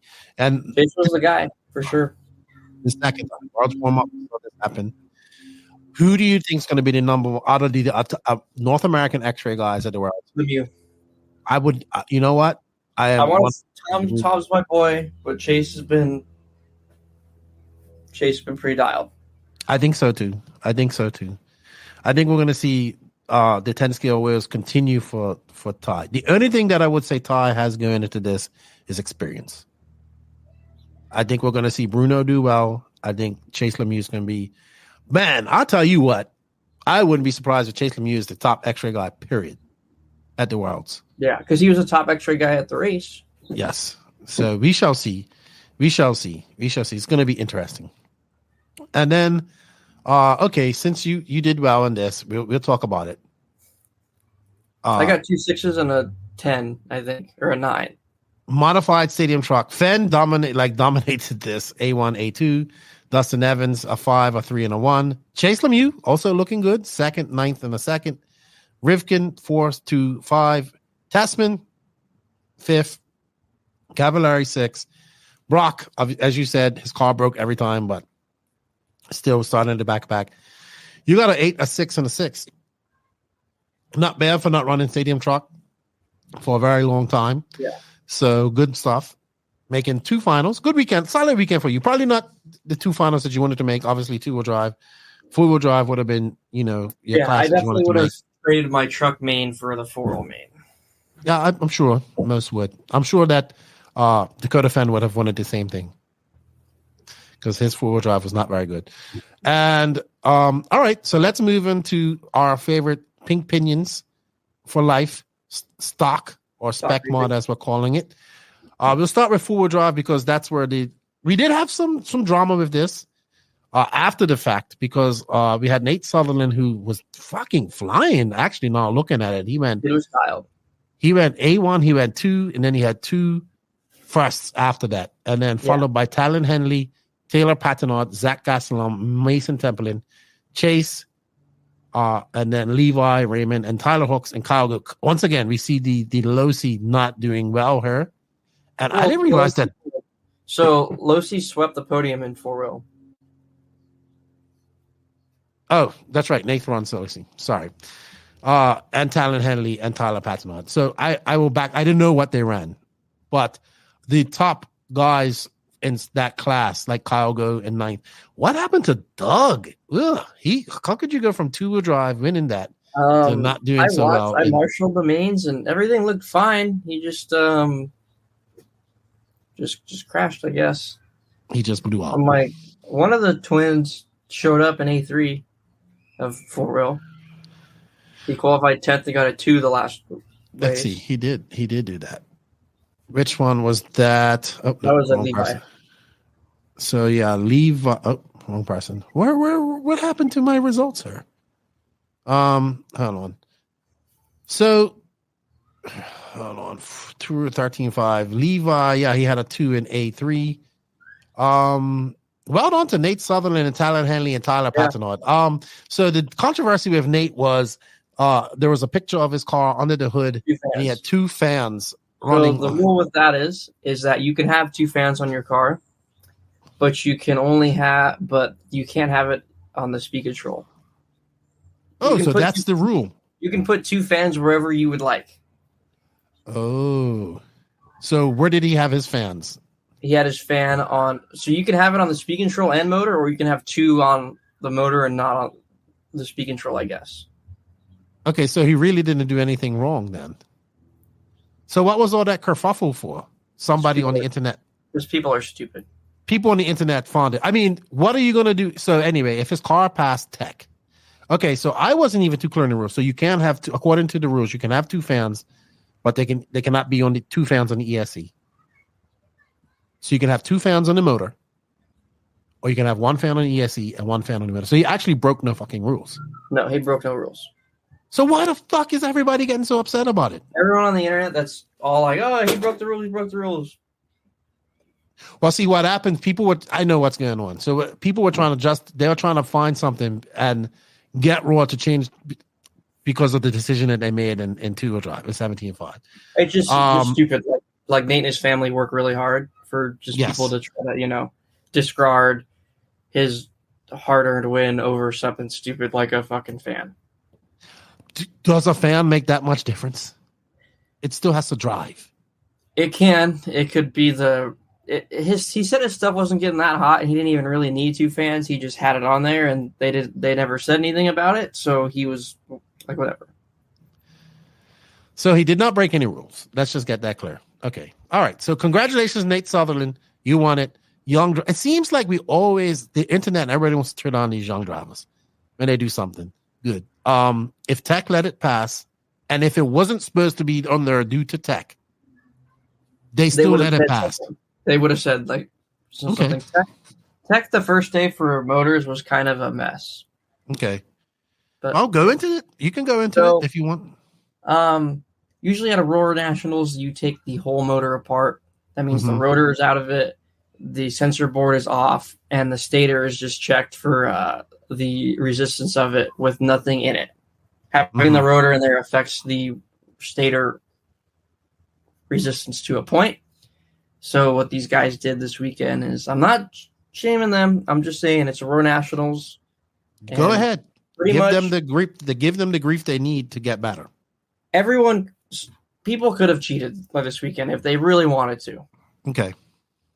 So they just took the stators and put the clips to them and checked it and said that you were good.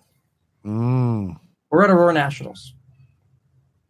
It needs to be more than that, you're saying. Let's get a little more serious than that, because everyone could have cheated. Now, I'm not saying, people cheated, but they could have if they wanted to. They could have got away with it. That's what you're trying to say.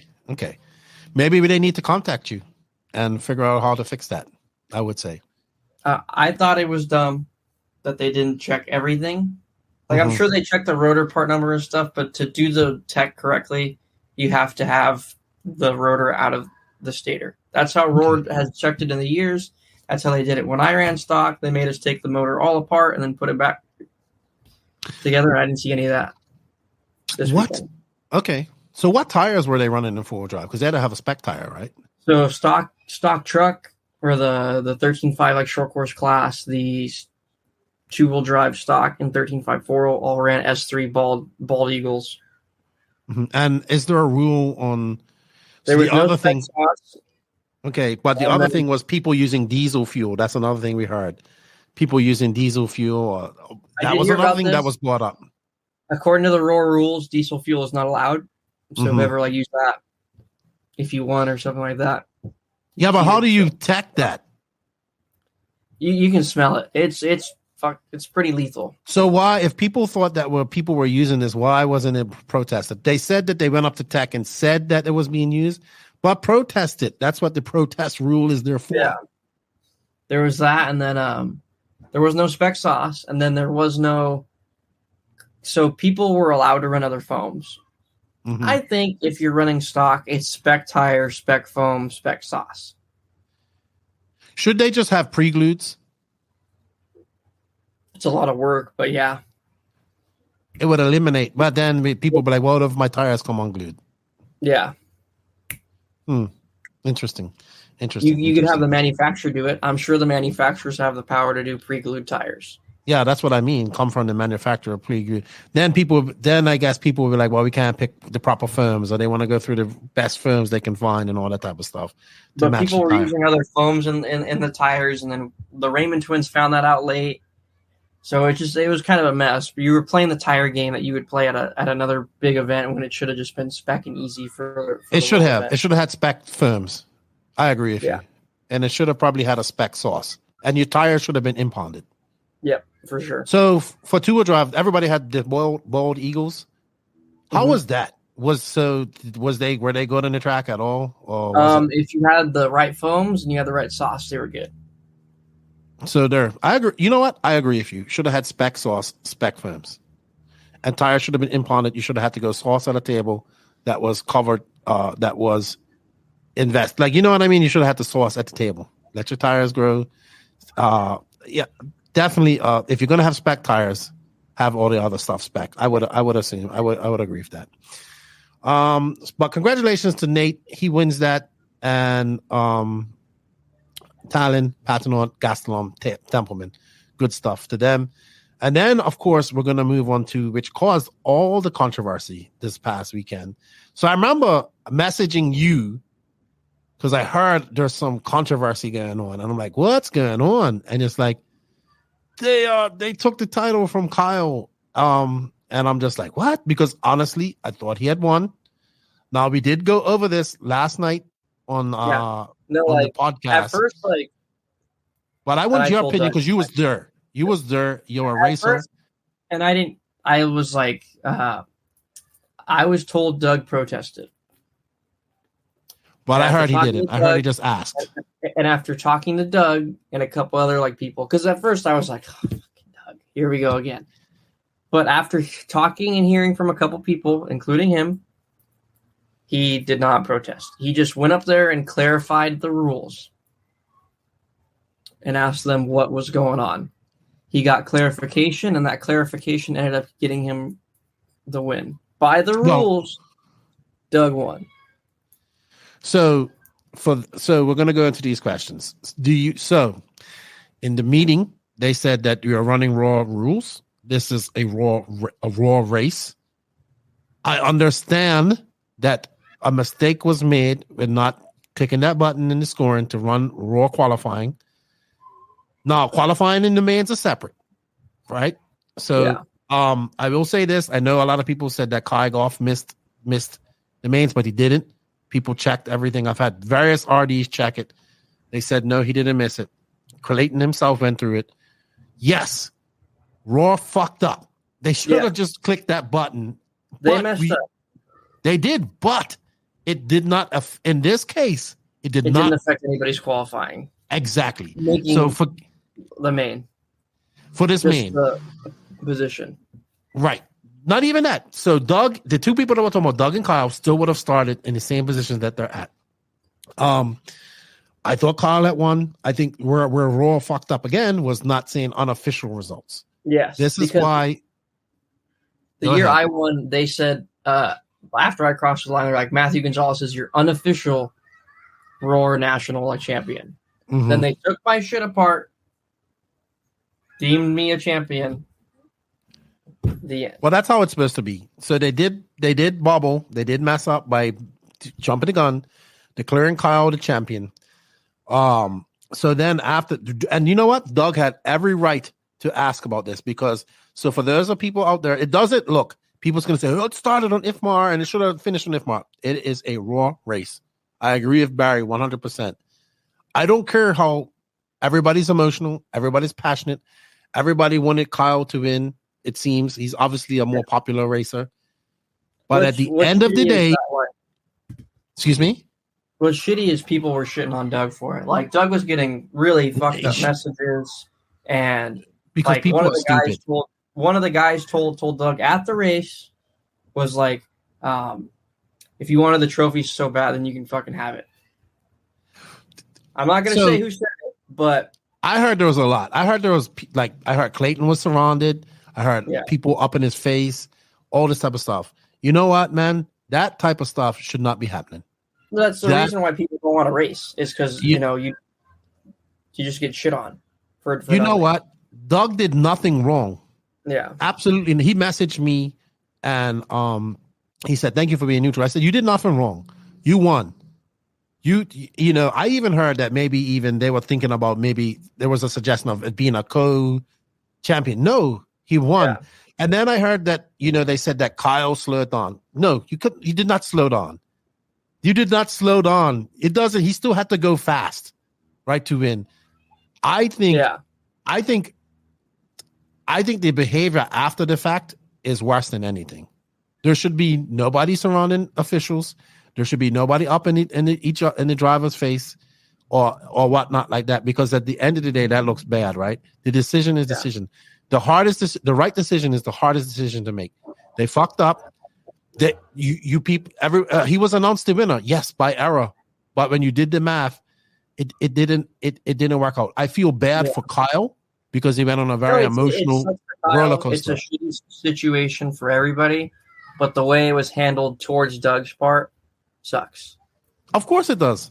He did the right thing. He asked. He won by Raw rules. He is your champion, and it was by, I don't know, like 0.2 of a second or whatever. I can't remember the exact calculation. But if the shoe would have been on the other foot, the same people that were all up in the officials' faces and the same people on the internet that are crying and all that type of stuff, they would be rejoicing right now and saying, well done, Raw, you did the right thing and all that type of stuff. I think the best attitude people, like the guy who should be the most upset at this should be Kyle though. Right? And you know what Kyle said to me? And I sent him a message. I said, hey, man, keep your head up. I know you wanted this. You have a bright future ahead of you. Because I like Kyle. I met him at Masters of Dirt. I like Doug. I like all these guys, right? And he goes, you know what? I will have to win it in 2. I will have to win 2 A-mains next year. And I said, you got that right. Because it's like boxing. You do not leave it in the hand of the judges. You knock them people out.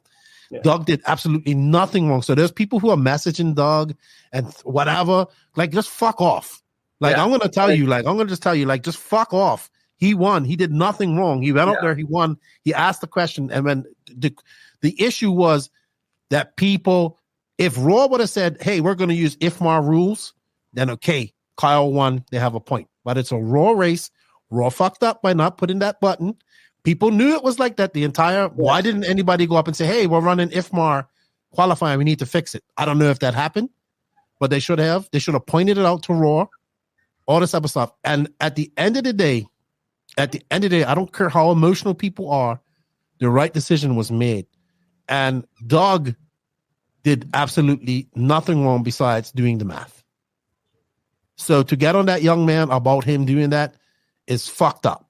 And I don't like my boy Danny was telling me, he was like, Keenan, you should have seen it. Like it was like 30 people surrounding Clayton and they were all arguing. Really it was like we went to dinner and we sat there and we're like, you know, like Doug's like sitting there all bummed out. Like he's like, he shouldn't be bummed out. He should be happy. Like all these guys are messaging me. I'm like, if I could show you the messages that he was getting, I'm not surprised because if I saw the attitude from people on the internet. I'm right? It just sucks because he does work really hard. Like I give Doug shit all the time, but you know, at the end of the day, like we're all buddies. We all see each other again, right? And Doug won. That's it. Man, I'm actually kind of disgusted with the behavior. And no, if you could see the messages that some of these I heard about all the aggression at the race, you know, and I think like regarded very highly in this industry, you know, and then all the Facebook stuff and then everything. Like some of the guys that sent Doug shit, it's pretty astonishing to see that people still.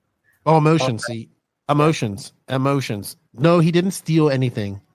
No, he didn't rob Kyle of his of a championship. He won that shit. According to the rules, he won it. If you want to, I posted the rules. I'm not. If it would have been on the other foot and it would have been Kyle, I would feel the same way. I feel so bad for Kyle because I'm pretty sure he's upset about it, but he is the most level-headed out of all this young man. And you know what? I said this on the live last night. I said all these grown men can learn a lot from these two young men. Yeah. Like Kyle didn't post, "Oh yeah, I should have won. I should have done this." He got second. It's a bummer. I'm sure he was emotionally drained. I'm sure if he wasn't, I would be in tears too. But you know what? These fucking grown ass men, guys my age, can learn a lot from these young men who handled this in a very professional manner and handled it in a professional way. And I think if we're gonna have, and you know what? I know that people are used to bullying Raw into decisions and different things like that. And I get that emotions are at play and there's lots of things on stake here. But I think there has to be some respect and some rules, like rugby, dude. Rugby is one of the most violent games in the world. But let me tell you something. I learned when I was playing that sport, when I was playing it in high school, you know what, my teacher, he was from England. He was a hardcore rugby guy. He says, you know what the number one rule in rugby is? You do not look or even mutter one thing bad to the referee. He says, you will get banned. You will get kicked out of the game. You could get a fucking year ban, whatever. If you say anything wrong to that referee, you know what? At the end of the day, the Raw officials were the officials at this race. Yes, they made a mistake. I don't care how much banter on the internet, how much you want to get in somebody's face at the event, how much you feel that this person won. At the end of the day, it did not make the qualifying did not make a difference where these guys started. Yeah. On the thing, the difference, and I don't buy that stuff about he slid on. No, you don't. He had to win that main. He had to have his best time possible to win it, right? Even with IFMAR, because IFMAR would have took you two combined times. Yeah, Raw takes you one time. He still had to have a fast time. Yeah, and you don't slow down. You never slowed on. Not unless you won A1. If you won A1 and you won A2. Then you slowed on. Yeah, but now when it comes down to this. So I think that I get that people were emotional. I get that people were upset. But all these people that are talking shit to Doug and all that type of stuff, these are young men who handled this better than the grown ass men that were there. And they should be ashamed of themselves. And I guess, and you know what, some of these people are my friends. Right? And I don't want to talk bad about them. I get that they were emotional at the time. But all these people who are messaging Doug and all this stuff on the internet and all that stuff, like, fuck off. Let this young man, because he is what, 21, 22? 20. Kyle's around the same age. Kyle's younger, I think. No, Kyle's older. Yeah. So these are young men in our industry that are going to be the future of our industry in the coming years. Yeah. Hopefully they go up and they go up to mod and they do race and they're going to be racing nitro and all this type of stuff. These guys handled it professionally, and everybody around them did not. Well, I'm mostly talking about the people that thought that Kyle should have won. Look, he didn't win. He would have won if this would have been an IFMAR Worlds. It was Raw. Are you sending me a private message? I did. It's getting really hot in this shed, and I need to get. I see you getting uncomfortable. We're done. Yeah. We're done. I need to get some water. He needs to get some water. Yeah. That was my rant on that. I congratulate Doug for winning. I congratulate Kyle for handling it like a man. Kyle handled it well. Doug handled it well. Like Doug, I don't think Doug's made a Facebook post yet because he's worried about what. I'm like, dude, fuck him. You won. He won. Like, we were sitting at dinner, and I'm like, dude, you won. The end. He won. That's it. No more. He won. And guess what? Kyle, just dust it off, get back on that horse, and win it in 2 next year, good buddy. Yeah. And keep on running nitro. I feel for you. I do. I feel for you. I like you a lot. And as for the people that got emotional, I understand why you got emotional. But come on. We can't be doing people that. Like representing high companies and stuff like that, and just being. You're not going to bully, and I give Raw the props. He didn't fall under because Jeff Parker was still in Roar, he would have been like, "All right, we ran the event just like this." The end. Exactly. That was the big travesty would have been just letting it slide, in my opinion. So, and people's probably gonna say, "Lefty, you're just swinging off Raw's nuts or something." Like, nope. They fucked up. They fucked up in 2 things. But we can't be doing this type of stuff. Like, imagine if there would have been spectators there and they would have saw all of that shit. Like, they'd be like, I'm not getting involved with these nerds. Like, look at this guy freaking out over this shit. But yeah, congratulations, Doug Lavere. Congratulations to Kyle. Congratulations to Nate. All the winners, all the podium finishers. Yep. To the Columbus, the people there at Hobbyton, Sean Harding, and all the local racers that there. It was good to see. Beautiful track. Congratulations to you for making the mains. Good luck at the Worlds. Have fun. Go get some tacos. Shout out to all your sponsors. And I'll be talking to you after the Worlds, man. Yeah. We will. We ran a little bit long today, but all good. Thank you for the questions. Thank you to everybody. Thank you to all the NNRC squad around the world. We greatly appreciate you guys' support. Can't do it without you guys. If anybody needs any information from Matty, just hit him up. Miklos, I'm gonna link you with Matty G so you can get in contact with him. He just wants to be on a good foot going into I'm like, I honestly, I'm not really sharing a lot of the setup stuff, but if you guys need help with tires and stuff like that, I'm like, I want to do good. So yeah. Miklos is, I think he's coming for the experience. He just doesn't want to be, he wants to be on a good. Yeah. He doesn't want to be shit right off the bat. He says, I don't want to be shit right off the bat. I just want to come out there and know what to expect. Okay. Thank you, Matty, for your time. Thank you to all the NNRC patrons. Thank you to all the YouTube members.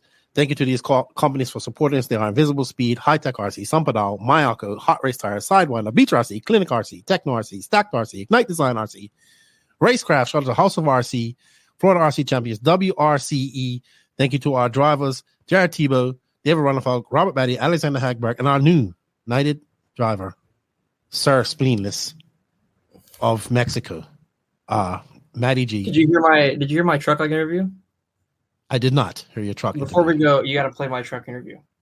I thought you had to go eat. So what would these be? I do, but this is pretty good, and you'll be really proud. Which interview was it? A2 of the driver intros and truck. Driver intro, does it have it on there? Did it show? Mm-hmm. You can hear. We got to do driver intros. I can't find. I only have the. I got it. Can you share it from there? No, but I can tell you the time that it's at. Okay, let's see. Did they do driver intros for 8-2? Well, I mean, they didn't record them. I don't think they did it for truck. Let me find. Let's see. A2. I mean, I'm just wondering if it's Shizer. Where is it? Why can I not find this? It is at the. A2 stadium truck. If it would load on here, that would be nice. Let's see. Will they play it? Is it? No, they have it from the starting line, so I have to find it on. So it's at the 158 or it's at the 148 mark, I believe. Yeah, but from what I do, a lot of my stuff is right off Live RC, and you pay $5. Okay. When you pay $5, you get all those things right there for you. Oh my God, so the YouTube one. So YouTube, electric. Which one are we talking about? Finals day. Yep. And it started at the 1 hour and 48 would be the place to start. Okay. If not, you might have. Oh, you got an actual interview. Okay. No, not interview. Just driver like intro. Oh no, this is 1 hour and 48. Okay, hold on. Let's see.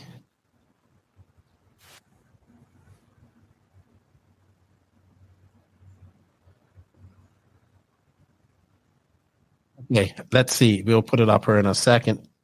Did you say thank you to the No Name RC podcast? If you did, I would really appreciate that. But you didn't. Nobody ever says thank you to the No Name RC podcast. I'm like the redheaded stepchild. We don't talk about you in sponsor announcements. Too controversial. Let's see. Did you say shout out to Mexico?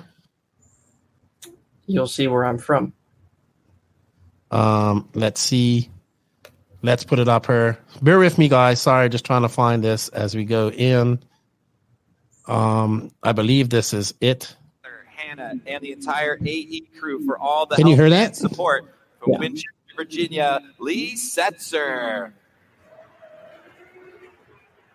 Casa Boo and Lee. Qualifying in the 8th spot, driving a TLR. No, this sponsored by isn't you. TLR, Phantom. Nope, there's one more. Ryzen Hobbies, RC1, Team Brood, Bradley Fine Designs, We'll just let it play. MKM Graphics and Design, Limitless RC, AHRC. Special thanks to the entire TLR team and everything this weekend. Thanks to Shady for setting my car down. From Grand Bluff, Michigan, Tater Sontag. It sounds like a lot of people there. Spot, driving a Team Associated, sponsored by One Up Racing, Team Associated, Jake Concepts, Factory Team, TDK, MFR, Team Glitch, SDRC Raceway. Special thanks to Randolph for making these trips happen. Chris Raymond for you, for your tire sanding skills, and Jim Hughes for all the funding. From Tijuana, Mexico, Matthew Gonzalez. Oh my gosh! Never been Tijuana in your life.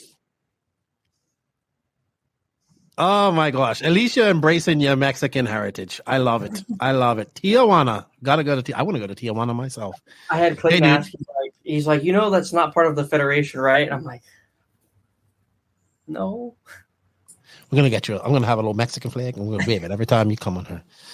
Every time. Hey man, thank you for your time. I appreciate it. And go get some food, go get some air conditioning, and good luck at the Worlds. Good luck at the Worlds.